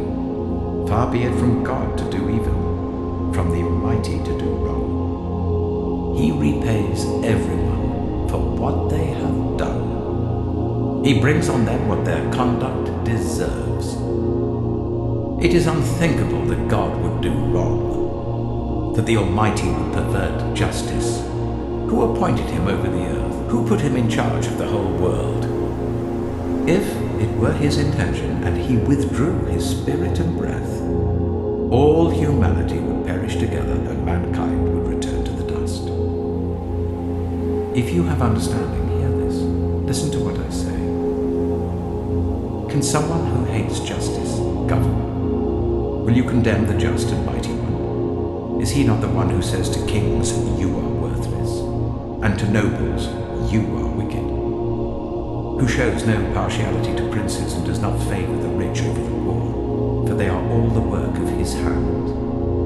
They die in an instant. In the middle of the night, the people are shaken and they pass away. The mighty are removed without human hand. His eyes are on the ways of mortals. He sees their every step. There is no deep shadow, no utter darkness where evildoers can hide. God has no need to examine men further, that they should come before him for judgment. Without inquiry, he shatters the mighty and sets up others in their place. Because he takes note of their deeds, he overthrows them in the night and they are crushed. He punishes them for their wickedness where everyone can see them, because they turned from following him and had no regard for any of his ways. They caused the cry of the poor to come before him, so that he heard the cry of the needy. But if he remains silent, who can condemn him? If he hides his face, who can see him? Yet he is over individual and nation alike, to keep the godless from ruling, from laying snares for the people. Suppose someone says to God, "I am guilty but will offend no more. Teach me what I cannot see. If I have done wrong, I will not do so again." Should God then reward you on your terms when you refuse to repent? You must decide, not I. So tell me what you know. Men of understanding declare, wise men who hear me say to me, Job speaks without knowledge, his words lack insight. Oh, that Job might be tested to the uttermost for answering like a wicked man. To his sin he adds rebellion. Scornfully he claps his hands among us and multiplies his words against God.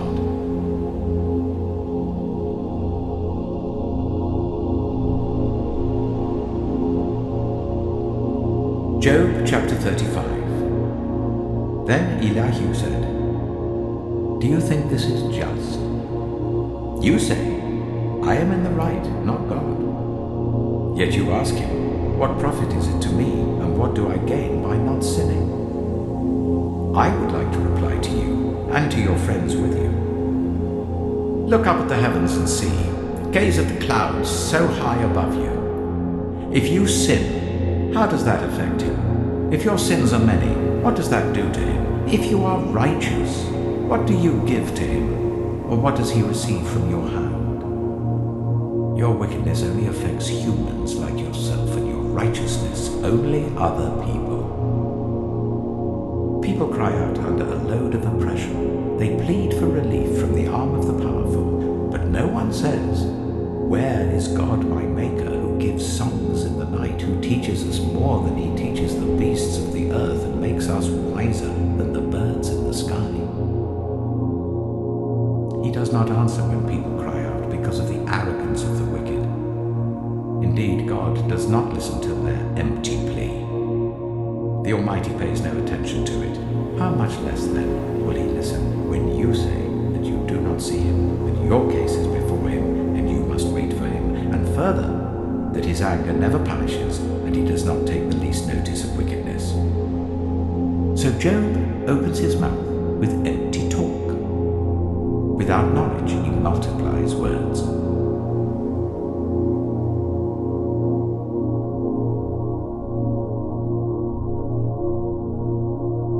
Job chapter 36. Elihu continued, Bear with me a little longer, and I will show you that there is more to be said on God's behalf. I get my knowledge from afar. I will ascribe justice to my Maker. Be assured that my words are not false. One who has perfect knowledge is with you. God is mighty, but despises no one. He is mighty and firm in his purpose. He does not keep the wicked alive, but gives the afflicted their rights. He does not take his eyes off the righteous. He enthrones them with kings and exalts them forever. But if people are bound in chains, held fast by cords of affliction, he tells them what they have done, that they have sinned arrogantly. He makes them listen to correction and commands them to repent of their evil. If they obey and serve him, they will spend the rest of their days in prosperity and their years in contentment. But if they do not listen, they will perish by the sword and die without knowledge. The godless in heart harbor resentment. Even when he fetters them, they do not cry for help. They die in their youth among male prostitutes of the shrines. But those who suffer, he delivers in their suffering. He speaks to them in their affliction. He is wooing you from the jaws of distress to a spacious place, free from restriction, to the comfort of your table, laden with choice food. But now you are laden with judgment due to the wicked. Judgment and justice have taken hold of you. Be careful that no one entices you by riches. Do not let a large bribe turn you aside. Would your wealth, or even all your mighty efforts, sustain you, so you would not be in distress? Do not long for the night to drag people away from their homes. Beware of turning to evil, which you seem to prefer to affliction. God is exalted in his power. Who is a teacher like him? Who has prescribed his ways for him, or said to him, You have done wrong? Remember to extol his work, which people have praised in song. All humanity has seen it. Mortals gaze on it from afar. How great is God, beyond our understanding. The number of his years is past finding out. He draws up the drops of water which distil pour down their moisture and abundant showers fall on mankind. Who can understand how he spreads out the clouds, how he thunders from his pavilion? See how he scatters his lightning about him, bathing the depths of the sea. This is the way he governs the nations and provides food in abundance. He fills his hands with lightning and commands it to strike its mark. His thunder announces the coming storm. Even the cattle make known its approach.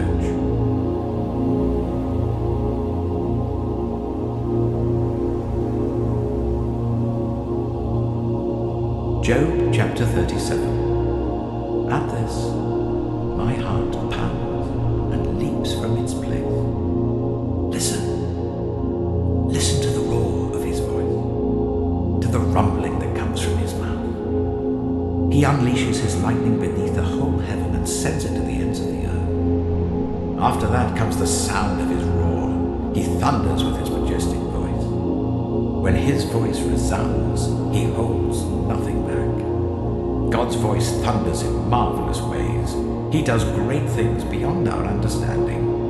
He says to the snow, "Fall on the earth," and to the rain shower, "Be a mighty downpour," so that everyone he has made may know his work. He stops all people from their labor. The animals take cover, they remain in their dens. The tempest comes out from its chamber, the cold from the driving winds. The breath of God produces ice, and the broad waters become frozen. He loads the clouds with moisture. He scatters his lightning through them. At his direction, they swirl around over the face of the whole earth to do whatever he commands them. He brings the clouds to punish people, or to water his earth and show his love. Listen to this, Job. Stop and consider God's wonders. Do you know how God controls the clouds and makes his lightning flow? Do you know how the clouds hang poised, those wonders of him who is perfect in knowledge? You who swelter in your clothes when the land lies hushed under the south wind, can you join him in spreading out the skies, hard as a mirror of cast bronze? Tell us what we should say to him. We cannot draw up our case because of our darkness. Should he be told that I want to speak? Would anyone ask to be swallowed up? Now no one can look at the sun, bright as it is in the skies, after the wind has swept them clean. Out of the north he comes in golden splendor. God comes in awesome majesty. The Almighty is beyond our reach and exalted in power. In his justice and great righteousness he does not oppress. Therefore people revere him. For does he not have regard for all the wise in heart?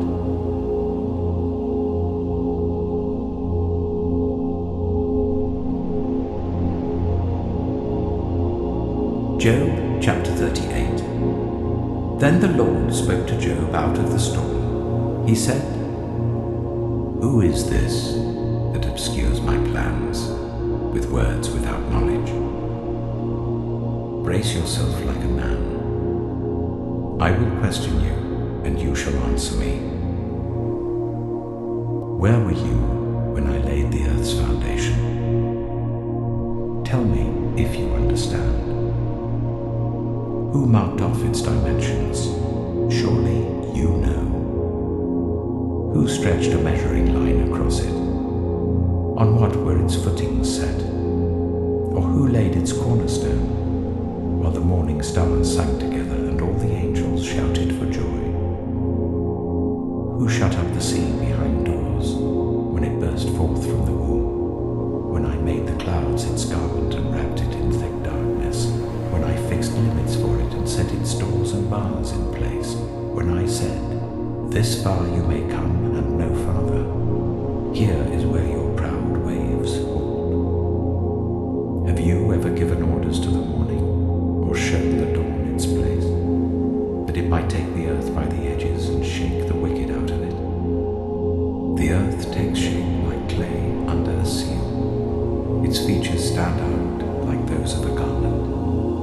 The wicked are denied their light, and their upraised arm is broken. the springs of the sea or walked in the recesses of the deep? Have the gates of death been shown to you? Have you seen the gates of the deepest darkness? Have you comprehended the vast expanses of the earth? Tell me if you know all this. What is the way to the abode of light? And where does darkness reside? Can you take them to their places? Do you know the paths to their dwellings? Surely you know, for you were already born. You have lived so many years. Have you entered the storehouses of the snow, or seen the storehouses of the hail, which I reserve for times of trouble, for days of war and battle? What is the way to the place where the lightning is dispersed, or the place where the east winds are scattered over the earth?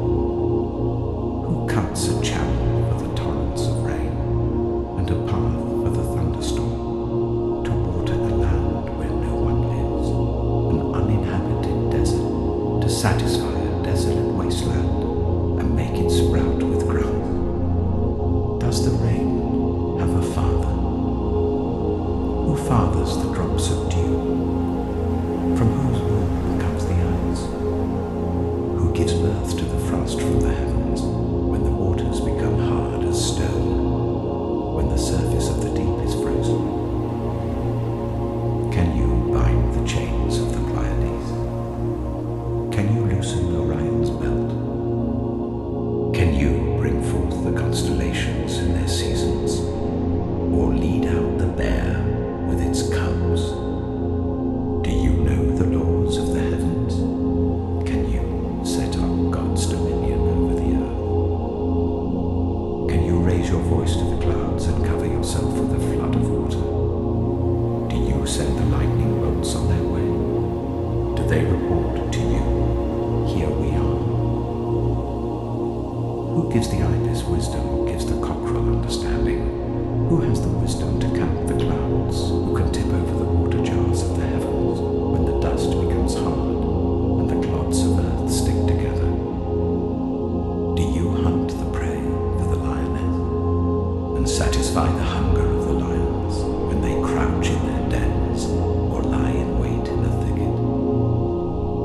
Who provides food for the raven when its young cry out to God and wander about for lack of food?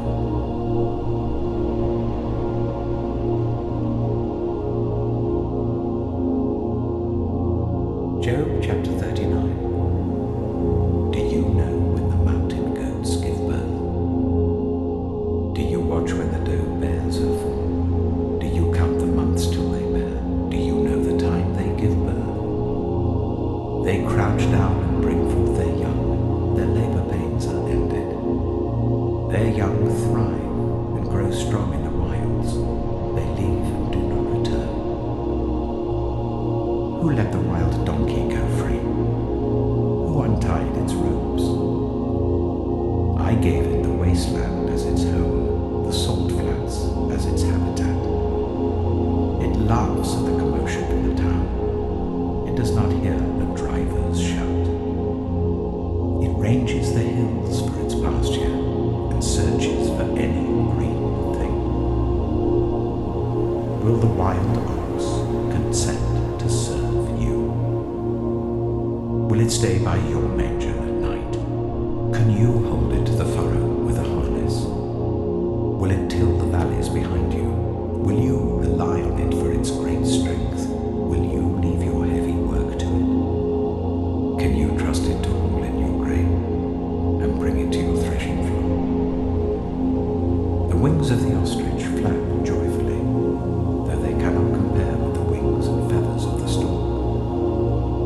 She lays her eggs on the ground and lets them warm in the sand, unmindful that a foot may crush them, that some wild animal may trample them. She treats her young harshly, as if they were not hers. She cares not that her labor was in vain, for God did not endow her with wisdom, or give her a share of good sense. Yet when she spreads her feathers to run, she laughs laughs at horse and rider. Do you give the horse its strength, or clothe its neck with a flowing mane? Do you make it leap like a locust, striking terror with its proud snorting? It paws fiercely, rejoicing in its strength, and charges into the fray. It laughs at fear, afraid of nothing. It does not shy away from the sword. The quiver rattles against its side, along with the flashing spear and lance. In frenzied excitement, it eats up the ground. It cannot stand still when the trumpet sounds. At the blast of the trumpet, it snorts. Aha!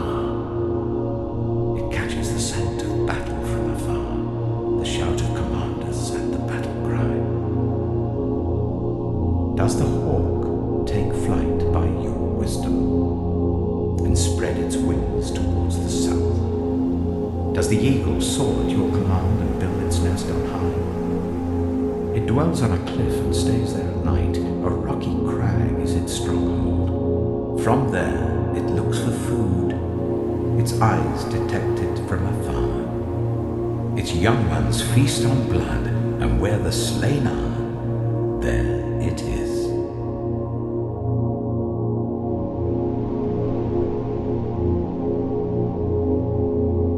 Job chapter 40. The Lord said to Job, "Will the one who contends with the Almighty correct him? Let him who accuses God answer him." Then Job answered the Lord, "I am unworthy. How can I reply to you? I put my hand over my mouth. I spoke once, but I have no answer. Twice, but I will say no more." Then the Lord spoke to Job out of the storm. "Brace yourself like a man. I will question you, and you shall answer me. Would you discredit my justice? Would you condemn me to justify yourself? Do you have an arm like God's, and can your voice thunder like his? Then adorn yourself with glory and splendor, and clothe yourself in honor and majesty. Unleash the fury of your wrath. Look at all who are proud and bring them low. Look at all who are proud and humble them. Crush the wicked where they stand. Bury them all in the dust together. Shroud their faces in the grave. Then I myself will admit to you that your own right hand can save you. Look at Behemoth, which I made along with you, and which feeds on grass like an ox. What strength it has in its loins, what power in the muscles of its belly. Its tail sways like a cedar, the sinews of its thighs are close knit. Its bones are tubes of bronze, its limbs like rods of iron. It ranks first among the works of God, yet its maker can approach it with his sword. The hills bring it their produce, and all the wild animals play nearby. Under the lotus plant it lies, hidden among the reeds in the marsh. The lotuses conceal it in their shadow, the poplars by the stream surround it. A raging river does not alarm it. It is secure, though the Jordan should surge against its mouth. Can anyone capture it by the eyes, or trap it and pierce its nose?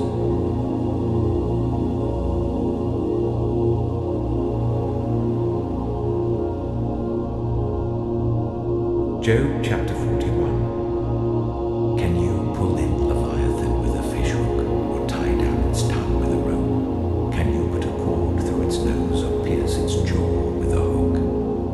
Will it keep begging you for mercy? Will it speak to you with gentle words? Will it make an agreement with you for you to take it as your slave for life? Can you make a pet of it like a bird, or put it on a leash for the young women in your house? Will traders barter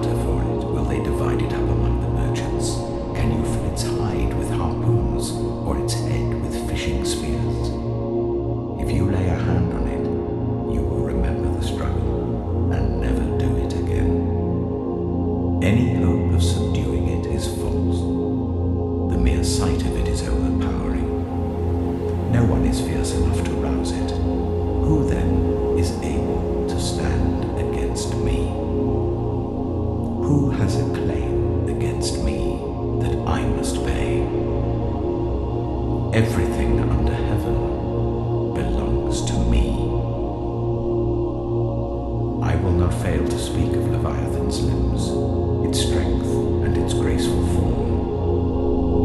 Who can strip off its outer coat? Who can penetrate its double coat of armor? Who dares open the doors of its mouth, ringed about with its fearsome teeth? Its back has rows of shields tightly sealed together.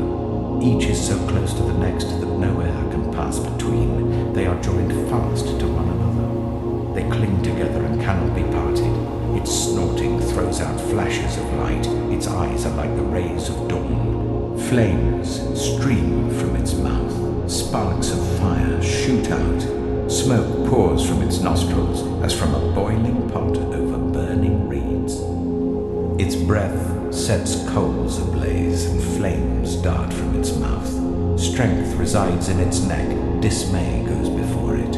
The folds of its flesh are tightly joined. They are firm and immovable. Its chest is hard as rock, hard as a lower millstone. When it rises up, the mighty are terrified. They retreat before its thrashing. The sword that reaches it has no effect, nor does the spear, or the dart, or the javelin.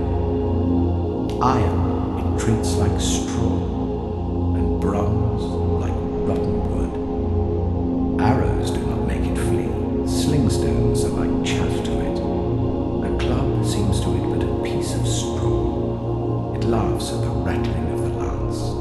Its undersides are jagged potsherds, leaving a trail in the mud like a threshing sledge. It makes the depths churn like a boiling cauldron and stirs up the sea like a pot of ointment. It leaves a glistening wake behind it. One would think the deep had white hair.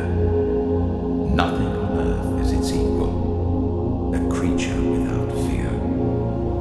It looks down on all that are haughty. It is king over all that are proud.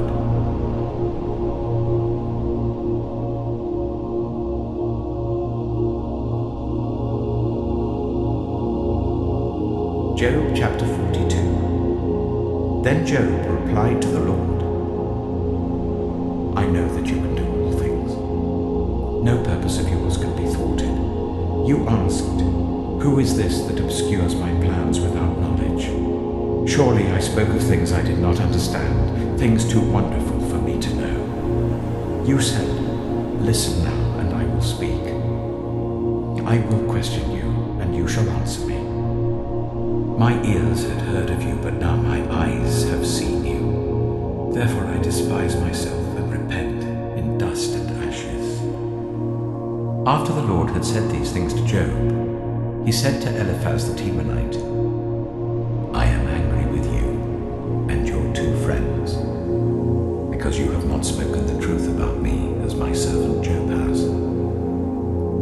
So now take 7 bulls and 7 rams, and go to my servant Job and sacrifice a burnt offering for yourselves. My servant Job will pray for you, and I will accept his prayer, and not deal with you according to your folly. You have not spoken the truth about me, as my servant Job has. So Eliphaz the Temanite, Bildad the Shuhite, and Zophar the Naamathite did what the Lord told them, and the Lord accepted Job's prayer. After Job had prayed for his friends, the Lord restored his fortunes and gave him twice as much as he had before. All his brothers and sisters, and everyone who had known him before, came and ate with him in his house. They comforted and consoled him over all the trouble the Lord had brought on him, and each one gave him a piece of silver and a gold ring. The Lord blessed the latter part of Job's life more than the former part. He had 14,000 sheep, 6,000 camels, 1,000 yoke of oxen, and 1,000 donkeys. And he also had 7 sons and 3 daughters. The first daughter he named Jemimah, the second Keziah, and the third Karen-Happuch.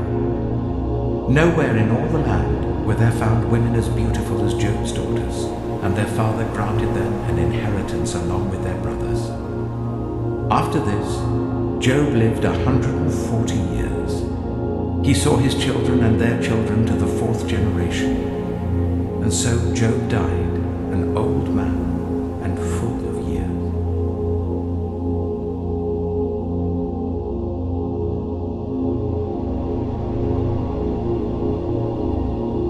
The Book of Ecclesiastes.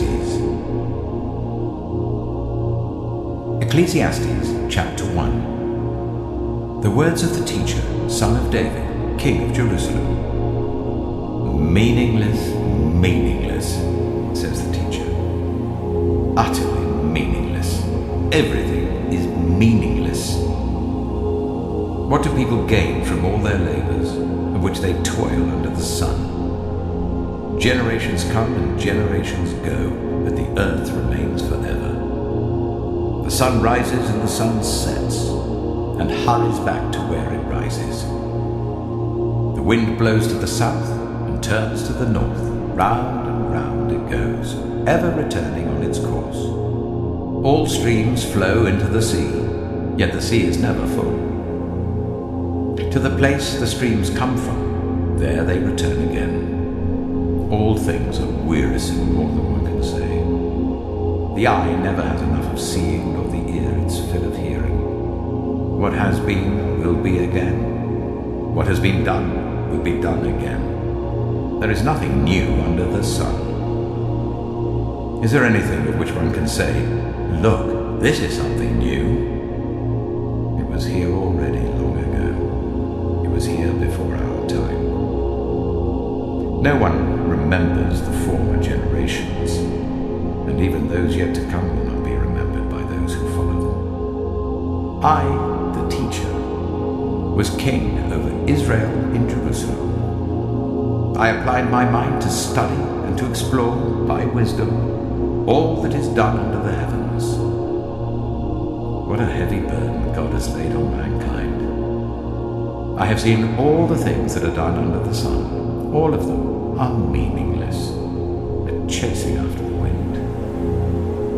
What is crooked cannot be straightened, what is lacking cannot be counted. I said to myself, look, I have increased in wisdom more than anyone who has ruled over Jerusalem before me. I have experienced much of wisdom and knowledge. Then I applied myself to the understanding of wisdom, and also of madness and folly. But I learned that this too is a chasing after the wind. For with much wisdom comes much sorrow. The more knowledge, the more grief.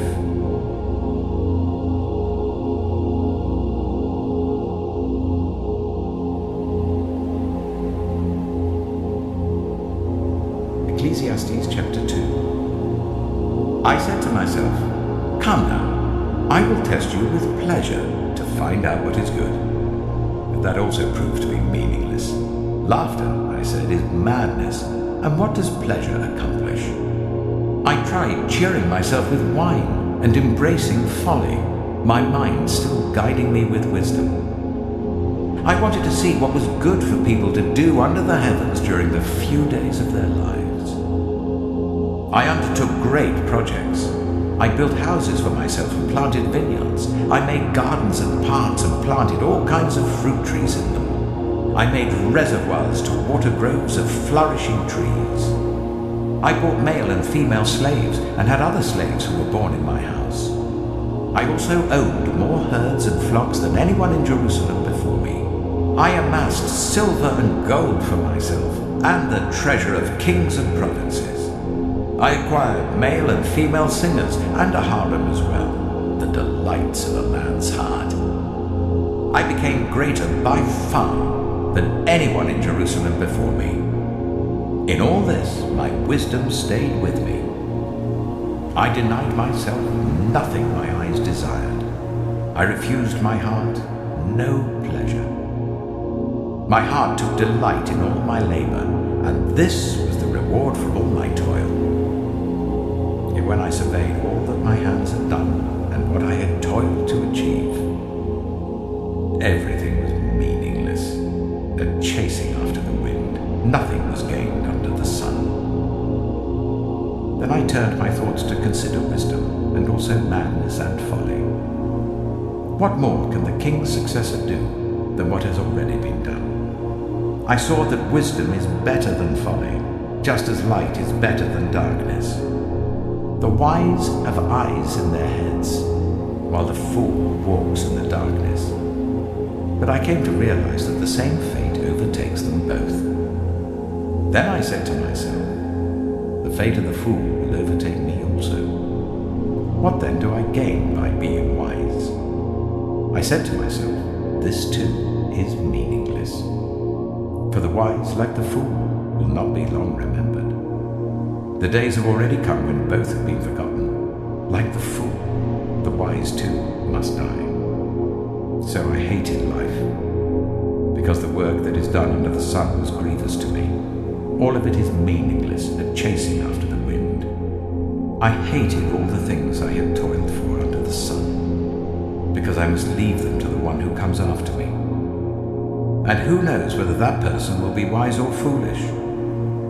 Yet they will have control over all the fruit of my toil, into which I have poured my effort and skill under the sun. This too is meaningless.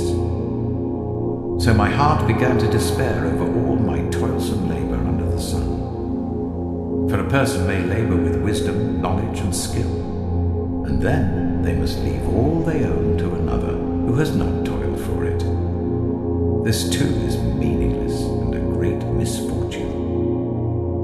What do people get for all the toil and anxious striving with which they labor under the sun? All their days their work is grief and pain. Even at night their minds do not rest. This too is meaningless. A person can do nothing better than to eat and drink and find satisfaction in their own toil.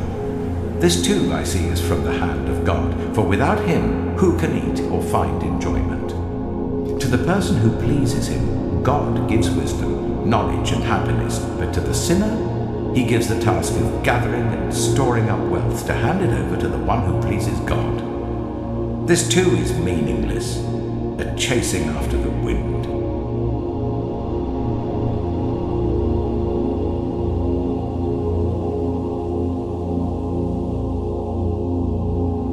Ecclesiastes chapter 3. There is a time for everything, and a season for every activity under the heavens. A time to be born and a time to die. A time to plant and a time to uproot. A time to kill and a time to heal. A time to tear down and a time to build. A time to weep and a time to laugh. A time to mourn and a time to dance. A time to scatter stones and a time to gather them. A time to embrace and a time to refrain from embracing. A time to search and a time to give up. A time to keep and a time to throw away. A time to tear and a time to mend. A time to be silent and a time to speak. A time to love and a time to hate. A time for war and a time for evil. What do workers gain from their toil? I have seen the burden God has laid on the human race. He has made everything beautiful in its time. He has also set eternity in the human heart, yet no one can fathom what God has done from beginning to end. I know that there is nothing better for people than to be happy and to do good while they live, that each of them may eat and drink and find satisfaction in all their toil. This is the gift of God. I know that everything God does will endure forever. Nothing can be added to it and nothing taken from it. God does it so that people will fear him.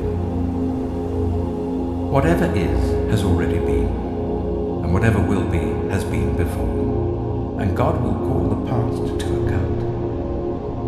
And I saw something else under the sun. In the place of judgment, wickedness was there. In the place of justice, wickedness was there.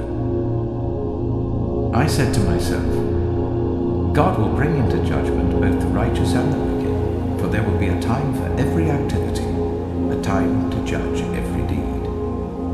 I also said to myself, as for humans, God tests them, so that they may see that they are like the animals. Surely the fate of human beings is like that of the animals. The same fate awaits them both. As one dies, so dies the other. All have the same breath. Humans have no advantage over animals. Everything is meaningless. All go to the same place. All come from dust, and to dust all return. Who knows if the human spirit rises upward, and if the spirit of the animal goes down into the earth? So I saw that there is nothing better for a person than to enjoy their work, because that is their lot. For who can bring them to see what will happen after them?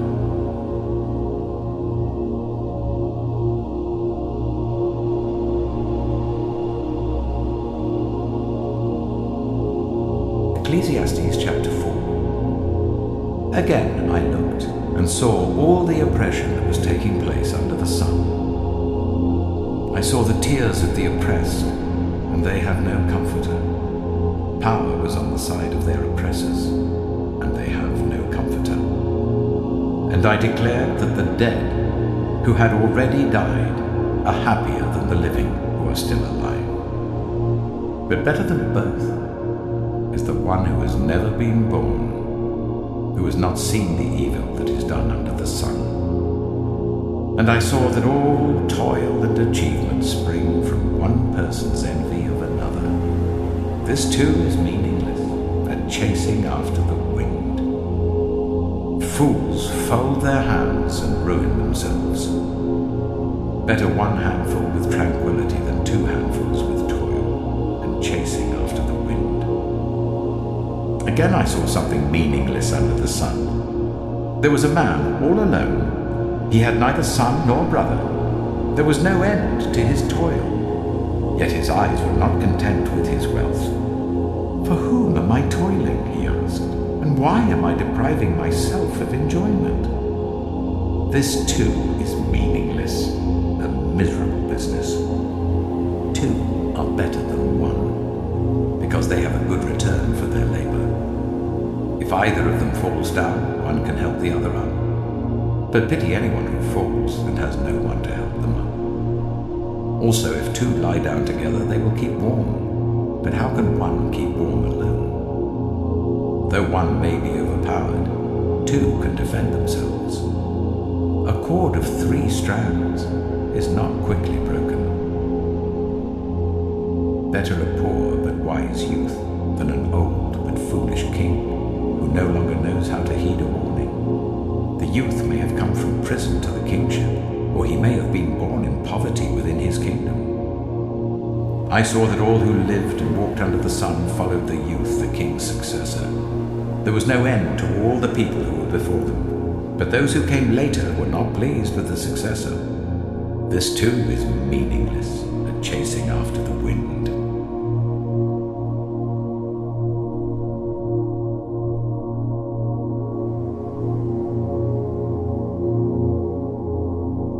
Ecclesiastes chapter 5. Guard your steps when you go to the house of God. Go near to listen, rather than to offer the sacrifice of fools who do not know that they do wrong. Do not be quick with your mouth. Do not be hasty in your heart to utter anything before God. God is in heaven, and you are on earth, so let your words be few. A dream comes when there are many cares, and many words mark the speech of a fool. When you make a vow to God, do not delay to fulfill it. He has no pleasure in fools. Fulfill your vow. It is better not to make a vow than to make one and not fulfill it. Do not let your mouth lead you into sin, and do not protest to the temple messenger, my vow was a mistake. Why should God be angry at what you say and destroy the work of your hands? Much dreaming and many words are meaningless. Therefore, fear God. If you see the poor oppressed in a district, and justice and rights denied, do not be surprised at such things. For one official is eyed by a higher one, and over them both are others higher still. The increase from the land is taken by all. The king himself profits from the field. Whoever loves money never has enough. Whoever loves wealth is never satisfied with their income. This too is meaningless.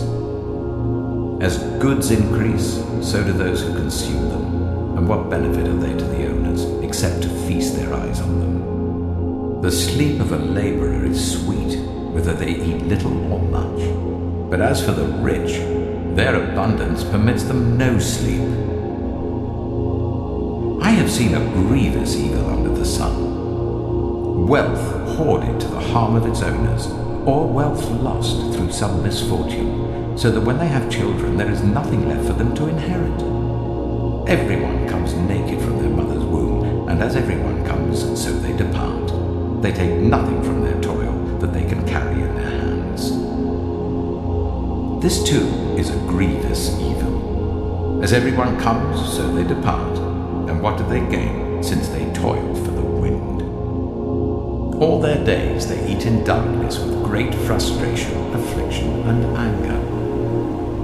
This is what I have observed to be good, that it is appropriate for a person to eat, to drink, and to find satisfaction in their toilsome labor under the sun during the few days of life God has given them, for this is their lot. Moreover, when God gives someone wealth and possessions and the ability to enjoy them, to accept their lot and be happy in their toil, this is a gift of God. They seldom reflect on the days of their life because God keeps them occupied with gladness of heart.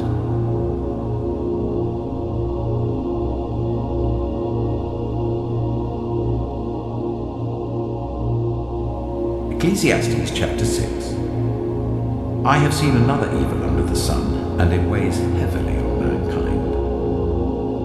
God gives some people wealth, possessions, and honor, so that they lack nothing their hearts desire. But God does not grant them the ability to enjoy them, and strangers enjoy them instead. This is meaningless, a grievous evil. A man may have 100 children and live many years, yet no matter how long he lives, if he cannot enjoy his prosperity and does not receive proper burial, I say that a stillborn child is better off than he. It comes without meaning, it departs in darkness, and in darkness its name is shrouded. Though it never saw the sun or knew anything, it has more rest than does that man, even if he lives 1,000 years twice over, but fails to enjoy his prosperity. Do not all go to the same place. Everyone's toil is for their mouth, and yet their appetite is never satisfied. What advantage have the wise over fools? What do the poor gain by knowing how to conduct themselves before others?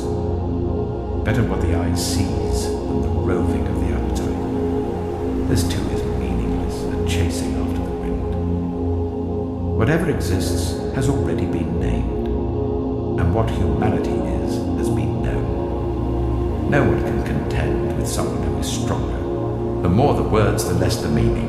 And how does that profit anyone? For who knows what is good for a person in life during the few and meaningless days they pass through like a shadow? Who can tell them what will happen under the sun after they are gone?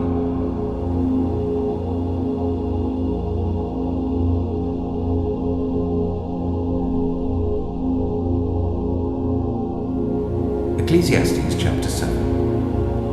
A good name is better than fine perfume, and the day of death better than the day of birth. It is better to go to a house of mourning than to go to a house of feasting, for death is the destiny of everyone. The living should take this to heart. Frustration is better than laughter, because a sad face is good for the heart. The heart of the wise is in the house of mourning, but the heart of fools is in the house of pleasure. It is better to heed the rebuke of a wise person than to listen to the song of fools. Like the crackling of thorns under the pot, so is the laughter of fools. This too is meaningless. Extortion turns a wise person into a fool, and a bribe corrupts the heart. The end of a matter is better than its beginning, and patience is better than pride. Do not be quickly provoked in your spirit, for anger resides in the lap of fools. Do not say, "Why were the old days better than these?" For it's not wise to ask such questions. Wisdom, like an inheritance, is a good thing and benefits those who see the sun. Wisdom is a shelter, as money is a shelter, but the advantage of knowledge is this: wisdom preserves those who have it. Consider what God has done. Who can straighten what he has made crooked?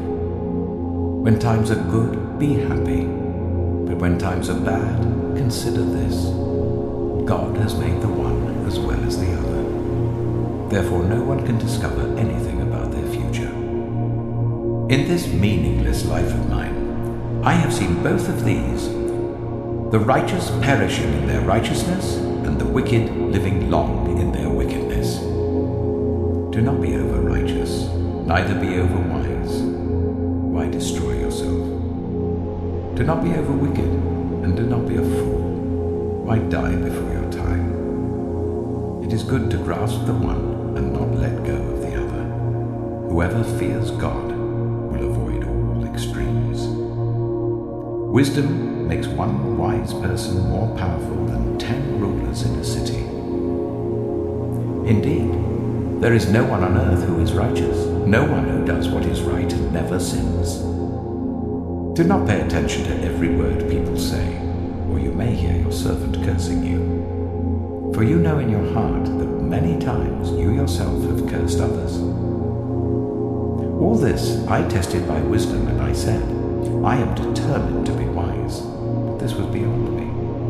Whatever exists is far off and most profound. Who can discover it? So I turned my mind to understand, to investigate, and to search out wisdom and the scheme of things, and to understand the stupidity of wickedness and the madness of folly. I find more bitter than death the woman who is a snare, whose heart is a trap and whose hands are chains. The man who pleases God will escape her, but the sinner she will ensnare.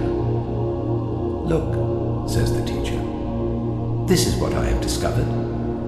Adding one thing to another to discover the scheme of things, while I was still searching but not finding, I found one upright man among 1,000, but not one upright woman among them all. This only have I found: God created mankind upright, but they have gone in search of many schemes.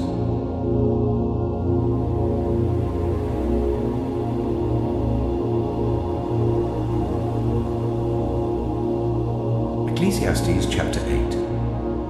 Who is like the wise? Who knows the explanation of things? A person's wisdom brightens their face and changes its hard appearance. Obey the king's command, I say, because you took an oath before God. Do not be in a hurry to leave the king's presence. Do not stand up for a bad cause, for he will do whatever he pleases. Since a king's word is supreme, who can say to him, "What are you doing?" Whoever obeys his command will come to no harm, and the wise heart will know the proper time and procedure. For there is a proper time and procedure for every matter, though a person may be weighed down by misery. Since no one knows the future, who can tell someone else what is to come? As no one has power over the wind to contain it, so no one has power over the time of their death. As no one is discharged in time of war, so wickedness will not release those who practice it. All this I saw as I applied my mind to everything done under the sun. There is a time when a man lords it over others to his own hurt. Then too I saw the wicked buried, those who used to come and go from the holy place and receive praise in the city where they did this. This too is meaningless. When the sentence for a crime is not quickly carried out, people's hearts are filled with schemes to do wrong. Although a wicked person who commits 100 crimes may live a long time, I know that it will go better with those who fear God, who are reverent before him. Yet because the wicked do not fear God, it will not go well with them, and their days will not lengthen like a shadow. There is something else meaningless that occurs on earth. The righteous who get what the wicked deserve, and the wicked who get what the righteous deserve. This too, I say, is meaningless. So I commend the enjoyment of life, because there's nothing better for a person under the sun than to eat and drink and be glad. Then joy will accompany them in their toil all the days of the life God has given them under the sun. When I applied my mind to know wisdom, and to observe the labor that is done on earth, people getting no sleep day or night, then I saw all that God has done. No one can comprehend what goes on under the sun. Despite all their efforts to search it out, no one can discover its meaning. Even if the wise claim they know, they cannot really comprehend it.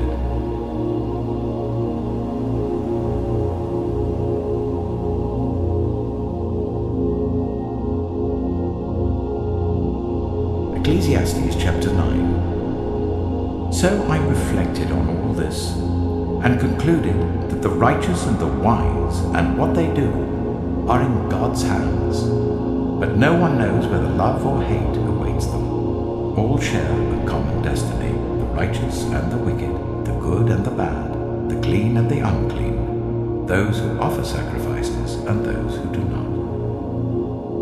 As it is with the good, so with the sinful. As it is with those who take oaths, so with those who are afraid to take them. This is the evil in everything that happens under the sun. The same destiny overtakes all. The hearts of people, moreover, are full of evil, and there is madness in their hearts while they live, and afterwards they join the dead. Anyone who is among the living has hope. Even a live dog is better off than a dead lion. For the living know that they will die, but the dead know nothing. They have no further reward, and even their name is forgotten. Their love, their hate, and their jealousy have long since vanished. Never again will they have a part in anything that happens under the sun. Go, eat your food with gladness, and drink your wine with a joyful heart, for God has already approved what you do. Always be clothed in white, and always anoint your head with oil. Enjoy life with your wife whom you love, all the days of this meaningless life that God has given you under the sun, all your meaningless days. For this is your allotted life, and in your toilsome labor under the sun. Whatever your hand finds to do, do it with all your might, for in the realm of the dead where you're going, there is neither working, nor planning, nor knowledge, nor wisdom. I have seen something else under the sun. The race is not to the swift, or the battle to the strong. Nor does food come to the wise, or wealth to the brilliant, or favor to the learned, but time and chance happen to them all. Moreover, no one knows when their hour will come. As fish are caught in a cruel net, or birds are taken in a snare, so people are trapped by evil times that fall unexpectedly upon them. I also saw under the sun this example of wisdom that greatly impressed me. There was once a small city with only a few people in it, and a powerful king came against it, surrounded it, and built huge siege works against it. Now there lived in that city a man, poor but wise, and he saved the city by his wisdom. But nobody remembered that poor man. So I said, wisdom is better than strength. But the poor man's wisdom is despised, and his words are no longer heeded. The quiet words of the wise are more to be heeded than the shouts of a ruler of fools. Wisdom is better than weapons of war, but one sinner destroys much good.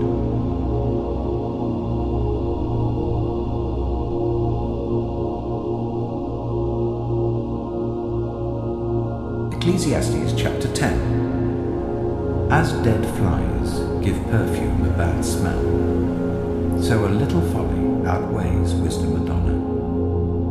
The heart of the wise inclines to the right, but the heart of the fool to the left. Even as fools walk along the road, they lack sense and show everyone how stupid they are. If a ruler's anger rises against you, do not leave your post.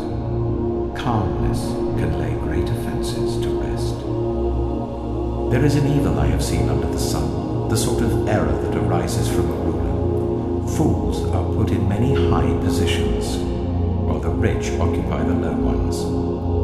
I have seen slaves on horseback, while princes go on foot like slaves.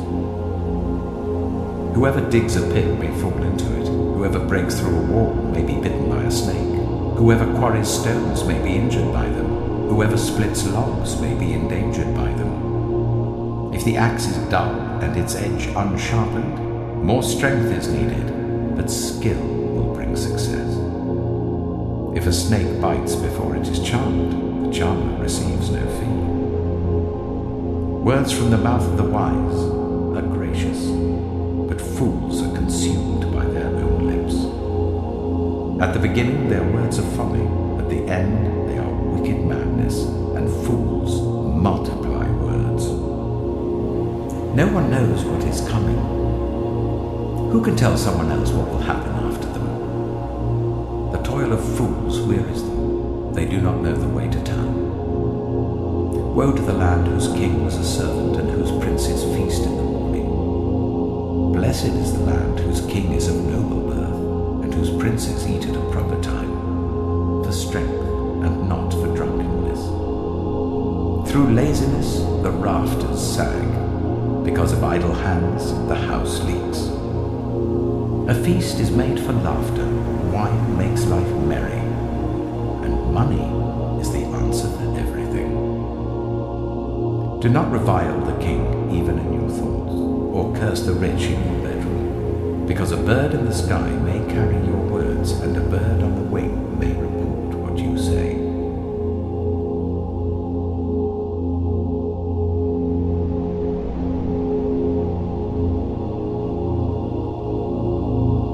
Ecclesiastes chapter 11. Ship your grain across the sea.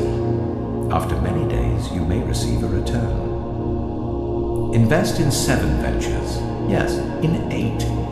You do not know what disaster may come upon the land. If clouds are full of water, they pour rain on the earth. Whether a tree falls to the south or to the north, in the place where it falls, there it will lie. Whoever watches the wind will not plant.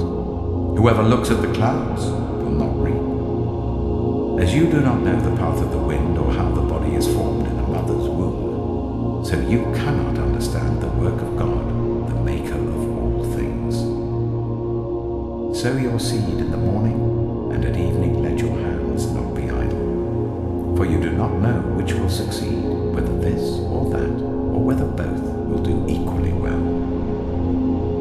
Light is sweet, and it pleases the eyes to see the sun. However many years anyone may live, let them enjoy them all. But let them remember the days of darkness, for there will be many. Everything to come is meaningless. You who are young, be happy while you are young, and let your heart give you joy in the days of your youth. Follow the ways of your heart, and whatever your eyes see. But know that for all these things God will bring you into judgment. So then, banish anxiety from your heart, and cast off the troubles of your body, for youth and vigor are meaningless.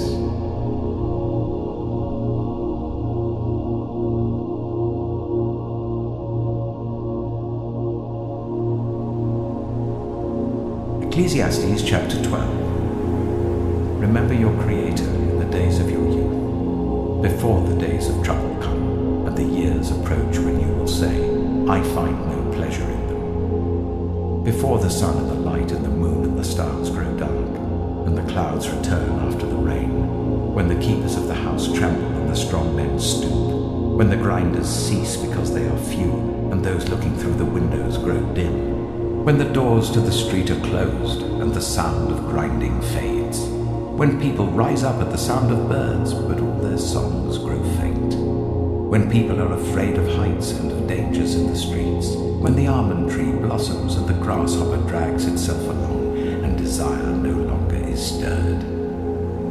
Then people go to their eternal home and mourners go about the streets. Remember him before the silver cord is severed and the golden bowl is broken, before the pitcher is shattered at the spring and the wheel broken at the well, and the dust returns to the ground it came from, and the spirit returns to God who gave it. Meaningless, meaningless, says the teacher. Everything is meaningless. Not only was the teacher wise, but also he imparted knowledge to the people. He pondered and searched out and set in order many proverbs. The teacher searched to find just the right words, and what he wrote was upright and true. The words of the wise are like goads, their collected sayings like firmly embedded nails given by one shepherd. Be warned, my son, of anything in addition to them. Of making many books there is no end, and much study wearies the body. Now all has been heard. Here is the conclusion of the matter. Fear God and keep his commandments, for this is the duty of all mankind. For God will bring every deed into judgment, including every hidden thing, whether it is good or evil.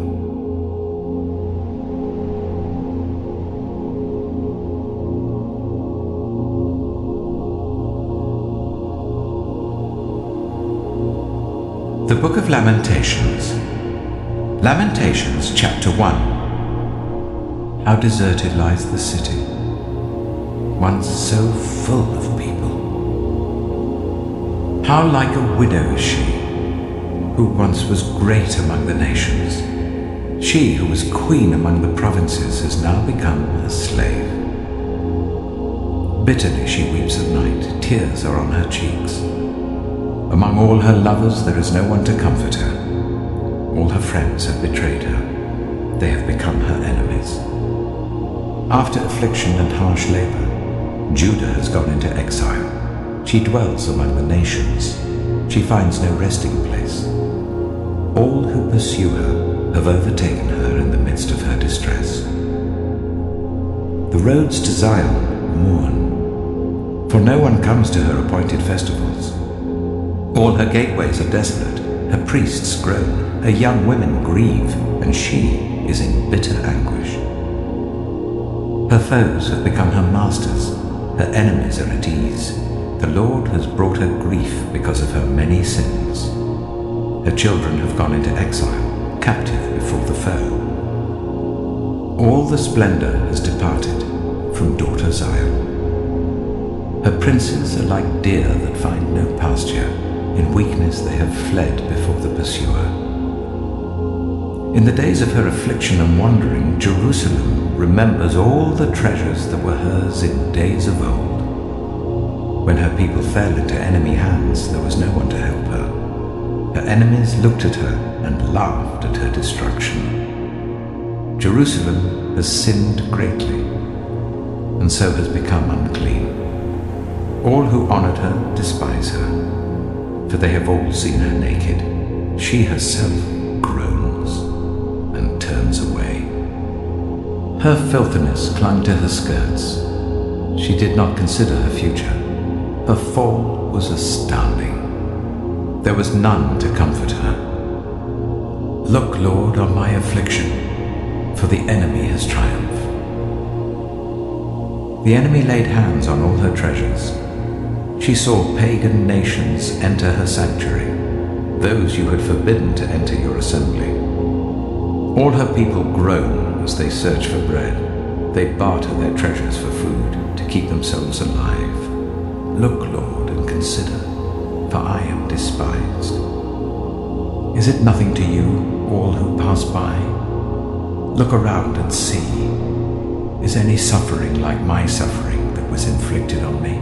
The the Lord brought on me in the day of his fierce anger. From on high he sent fire, sent it down into my bones. He spread a net for my feet and turned me back. He made me desolate, faint all the day long. My sins have been bound into a yoke. By his hands they were woven together. They have been hung on my neck, and the Lord has sapped my strength. He has given me into the hands of those I cannot withstand. The Lord has rejected all the warriors in my midst. He has summoned an army against me to crush my young men. In his winepress the Lord has trampled virgin daughter Judah. This is why I weep, and my eyes overflow with tears. No one is near to comfort me, no one to restore my spirit.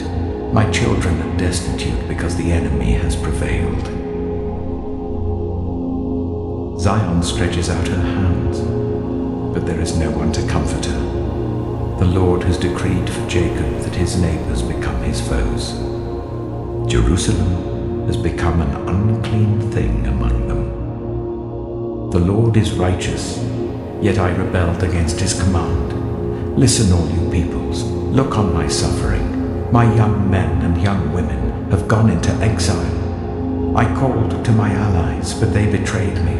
My priests and my elders perished in the city while they searched for food to keep themselves alive. See, Lord, how distressed I am. I am in torment within, and in my heart I am disturbed, for I have been most rebellious. Outside, the sword bereaves. Inside, there is only death. People have heard my groaning, but there is no one to comfort me. All my enemies have heard of my distress. They rejoice at what you have done. May you bring the day you have announced, so that they may become like me. Let all their wickedness come before you. Deal with them as you have dealt with me because of all my sins.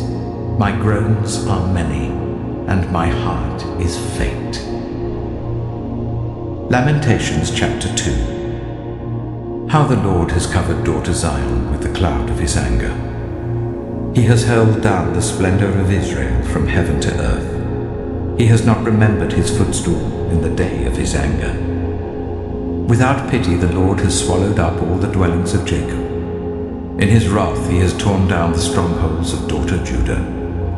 He has brought her kingdom and its princes down to the ground in dishonor. In fierce anger he has cut off every horn of Israel. He has withdrawn his right hand at the approach of the enemy. He has burned in Jacob like a flaming fire that consumes everything around it. Like an enemy he has strung his bow. His right hand is ready. Like a foe he has slain all who are pleasing to the eye. He has poured out his wrath like fire on the tent of daughter Zion. The Lord is like an enemy. He has swallowed up Israel. He has swallowed up all her palaces and destroyed her strongholds. He has multiplied mourning and lamentation for daughter Judah. He has laid waste his dwelling like a garden. He has destroyed his place of meeting. The Lord has made Zion forget her appointed festivals and her Sabbaths. In his fierce anger he has spurned both king and priest. The Lord has rejected his altar and abandoned his sanctuary. He has given the walls of her palaces into the hands of the enemy. They have raised a shout in the house of the Lord, as on the day of an appointed festival. The Lord determined to tear down the wall around daughter Zion. He stretched out a measuring line and did not withhold his hand from destroying. He made ramparts and walls lament. Together they wasted away. Her gates have sunk into the ground. Their bars he has broken and destroyed.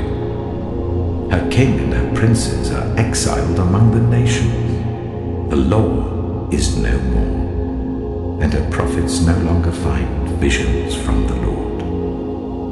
The elders of daughter Zion sit on the ground in silence. They have sprinkled dust on their heads and put on sackcloth.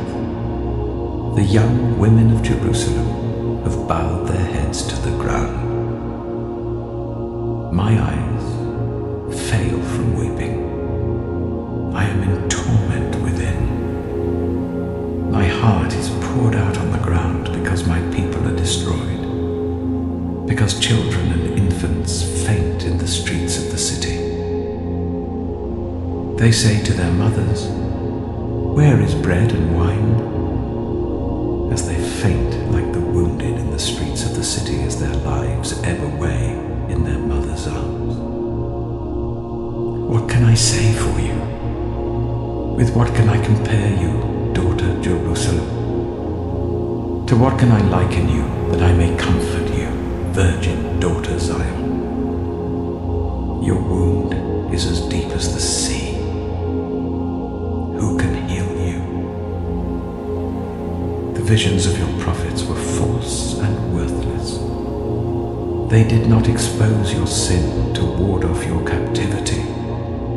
The prophecies they gave you were false and misleading. All who pass your way clap their hands at you. They scoff and shake their heads at daughter Jerusalem. Is this the city that was called the perfection of beauty, the joy of the whole earth? All your enemies open their mouths wide against you. They scoff and gnash their teeth and say, "We have swallowed her up. This is the day we have waited for. We have lived to see it." The Lord has done what he planned. He has fulfilled his word, which he decreed long ago. He has overthrown you without pity. He has let the enemy gloat over you. He has exalted the horn of your foes. The hearts of the people cry out to the Lord. You walls of daughter Zion, let your tears flow like a river day and night. Give yourself no relief, your eyes no rest. Arise, cry out in the night, as the watches of the night begin. Pour out your heart like water in the presence of the Lord. Lift up your hands to him for the lives of your children who faint from hunger at every street corner. Look, Lord, and consider. Whom have you ever treated like this? Should women eat their offspring, the children they have cared for? Should priest and prophet be killed in the sanctuary of the Lord? Young and old lie together in the dust of the streets. My young men and young women have fallen by the sword. You have slain them in the day of your anger. You have slaughtered them without pity. As you summon to a feast day, so you summoned against me terrors on every side. In the day of the Lord's anger, no one escaped or survived. Those I cared for and reared, my enemy has destroyed. Lamentations chapter 3. I am the man who has seen affliction by the rod of the Lord's wrath. He has driven me away and made me walk in darkness rather than light. Indeed, he has turned his hand against me again and again, all day long. He has made my skin and my flesh grow old, and has broken my bones. He has besieged me and surrounded me with bitterness and hardship. He has made me dwell in darkness like those long dead. He has walled me in so that I cannot escape. He has weighed me down with chains. Even when I call out or cry for help, he shuts out my prayer. He has barred my way with blocks of stone. He has made my paths crooked. Like a bear lying in wait, like a lion in hiding, he dragged me from the path and mangled me and left me without help. He drew his bow and made me the target for his arrows. He pierced my heart with arrows from his quiver. I became the laughingstock of all my people. They mock me in song all day long. He has filled me with bitter herbs and given me gall to drink. He has broken my teeth with gravel. He has trampled me in the dust. I have been deprived of peace. I have forgotten what prosperity is. So I say, my splendor is gone. and all that I had hoped from the Lord. I remember my affliction and my wandering, the bitterness and the gall. I well remember them, and my soul is downcast within me. Yet this I call to mind, and therefore I have hope. Because of the Lord's great love, we are not consumed, for his compassions never fail. They are new every morning. Great is your faithfulness. I say to myself, the Lord is my portion, therefore I will wait for him. The Lord is good to those whose hope is in him, to the one who seeks him. It is good to wait quietly for the salvation of the Lord. It is good for a man to bear the yoke while he is young. Let him sit alone in silence, for the Lord has laid it on him. Let him bury his face in the dust. There may yet be hope. Let him offer his cheek to one who would strike him, and let him be filled with disgrace. For no one is cast off by the Lord forever. Though he brings grief, he will show compassion. So great is his unfailing love.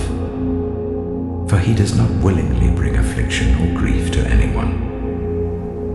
To crush underfoot all prisoners in the land, to deny people their rights before the Most High, to deprive them of justice. Would not the Lord see such things? Who can speak and have it happen if the Lord has not decreed it? Is it not from the mouth of the Most High that both calamities and good things come? Why should the living complain when punished for their sins? Let us examine our ways and test them, and let us return to the Lord. Let us lift up our hearts and our hands to God in heaven and say, we have sinned and rebelled, and you have not forgiven. You have covered yourself with anger and pursued us. You have slain without pity. You have covered yourself with a cloud so that no prayer can get through. You have made us scum and refuse among the nations. All our enemies have opened their mouths wide against us. We have suffered terror and pitfalls, ruin and destruction. Streams of tears flow from my eyes because my people are destroyed. My eyes will flow unceasingly, without relief, until the Lord looks down from heaven and sees.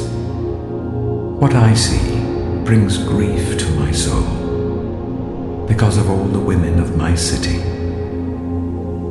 Those who were my enemies without cause hunted me like a bird. They tried to end my life in a pit and threw stones at me. The waters closed over my head, and I thought I was about to perish. I called on your name, Lord, from the depths of the pit. You heard my plea. Do not close your ears to my cry for relief. You came near when I called you, and you said, do not fear. You, Lord, took up my case. You redeemed my life. Lord, you have seen the wrong done to me. Uphold my cause. You have seen the depths of their vengeance, all their plots against me. Lord, you have heard their insults, all their plots against me, what my enemies whisper and mutter against me all day long. Look at them. Sitting or standing, they mock me in their songs. Pay them back what they deserve, Lord, for what their hands have done. Put a veil over their hearts, and may your curse be on them. Pursue them in anger and destroy them from under the heavens of the Lord. Lamentations chapter 4. How the gold has lost its luster, the fine gold become dull. The sacred gems are scattered at every street corner. How the precious children of Zion, once worth their weight in gold, are now considered as pots of clay, the work of a potter's hands. Even jackals offer their breasts to nurse their young. But my people have become heartless like ostriches in the desert. Because of thirst, the infant's tongue sticks to the roof of its mouth. The children beg for bread, but no one gives it to them. Those who once ate delicacies are destitute in the streets. Those brought up in royal purple now lie on ash heaps. The punishment of my people is greater than that of Sodom, which was overthrown in a moment without a hand turned to help her. Their princes were brighter than snow and whiter than milk, their bodies more ruddy than rubies, their appearance like lapis lazuli. But now they are blacker than soot. They are not recognized in the streets. Their skin has shriveled on their bones. It has become as dry as a stick. Those killed by the sword are better off than those who die of famine. Racked with hunger, they waste away for lack of food from the field. With their own hands, compassionate women have cooked their own children, who became their food when my people were destroyed. The Lord has given full vent to his wrath. He has poured out his fierce anger. He kindled a fire in Zion that consumed her foundations.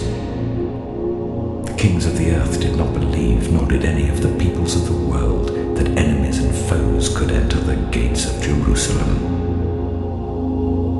But it happened because of the sins of her prophets and the iniquities of her priests, who shed within her the blood of the righteous. Now they grope through the streets as if they were blind. They are so defiled with blood that no one dares to touch their garments. "Go away, you are unclean," people cry to them. "Away, away, don't touch us." When they flee and wander about, people among the nations say, "They can stay here no longer." The Lord himself has scattered them. He no longer watches over them. The priests are shown no honor, the elders no favor. Moreover, our eyes failed, looking in vain for help.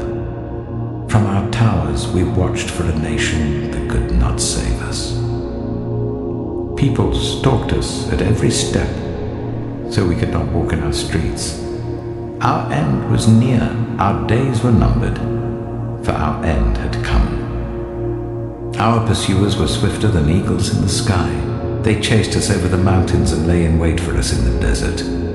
The Lord's anointed, our very life breath, was caught in their traps. We thought that under his shadow we would live among the nations. Rejoice and be glad, daughter Edom, you who live in the land of Uz. But to you also the cup will be passed. You will be drunk and stripped naked. Your punishment will end, daughter Zion. He will not prolong your exile, but he will punish your sin, daughter Edom, and expose your wickedness. Lamentations chapter 5. Remember, Lord, what has happened to us. Look and see our disgrace. Our inheritance has been turned over to strangers, our homes to foreigners.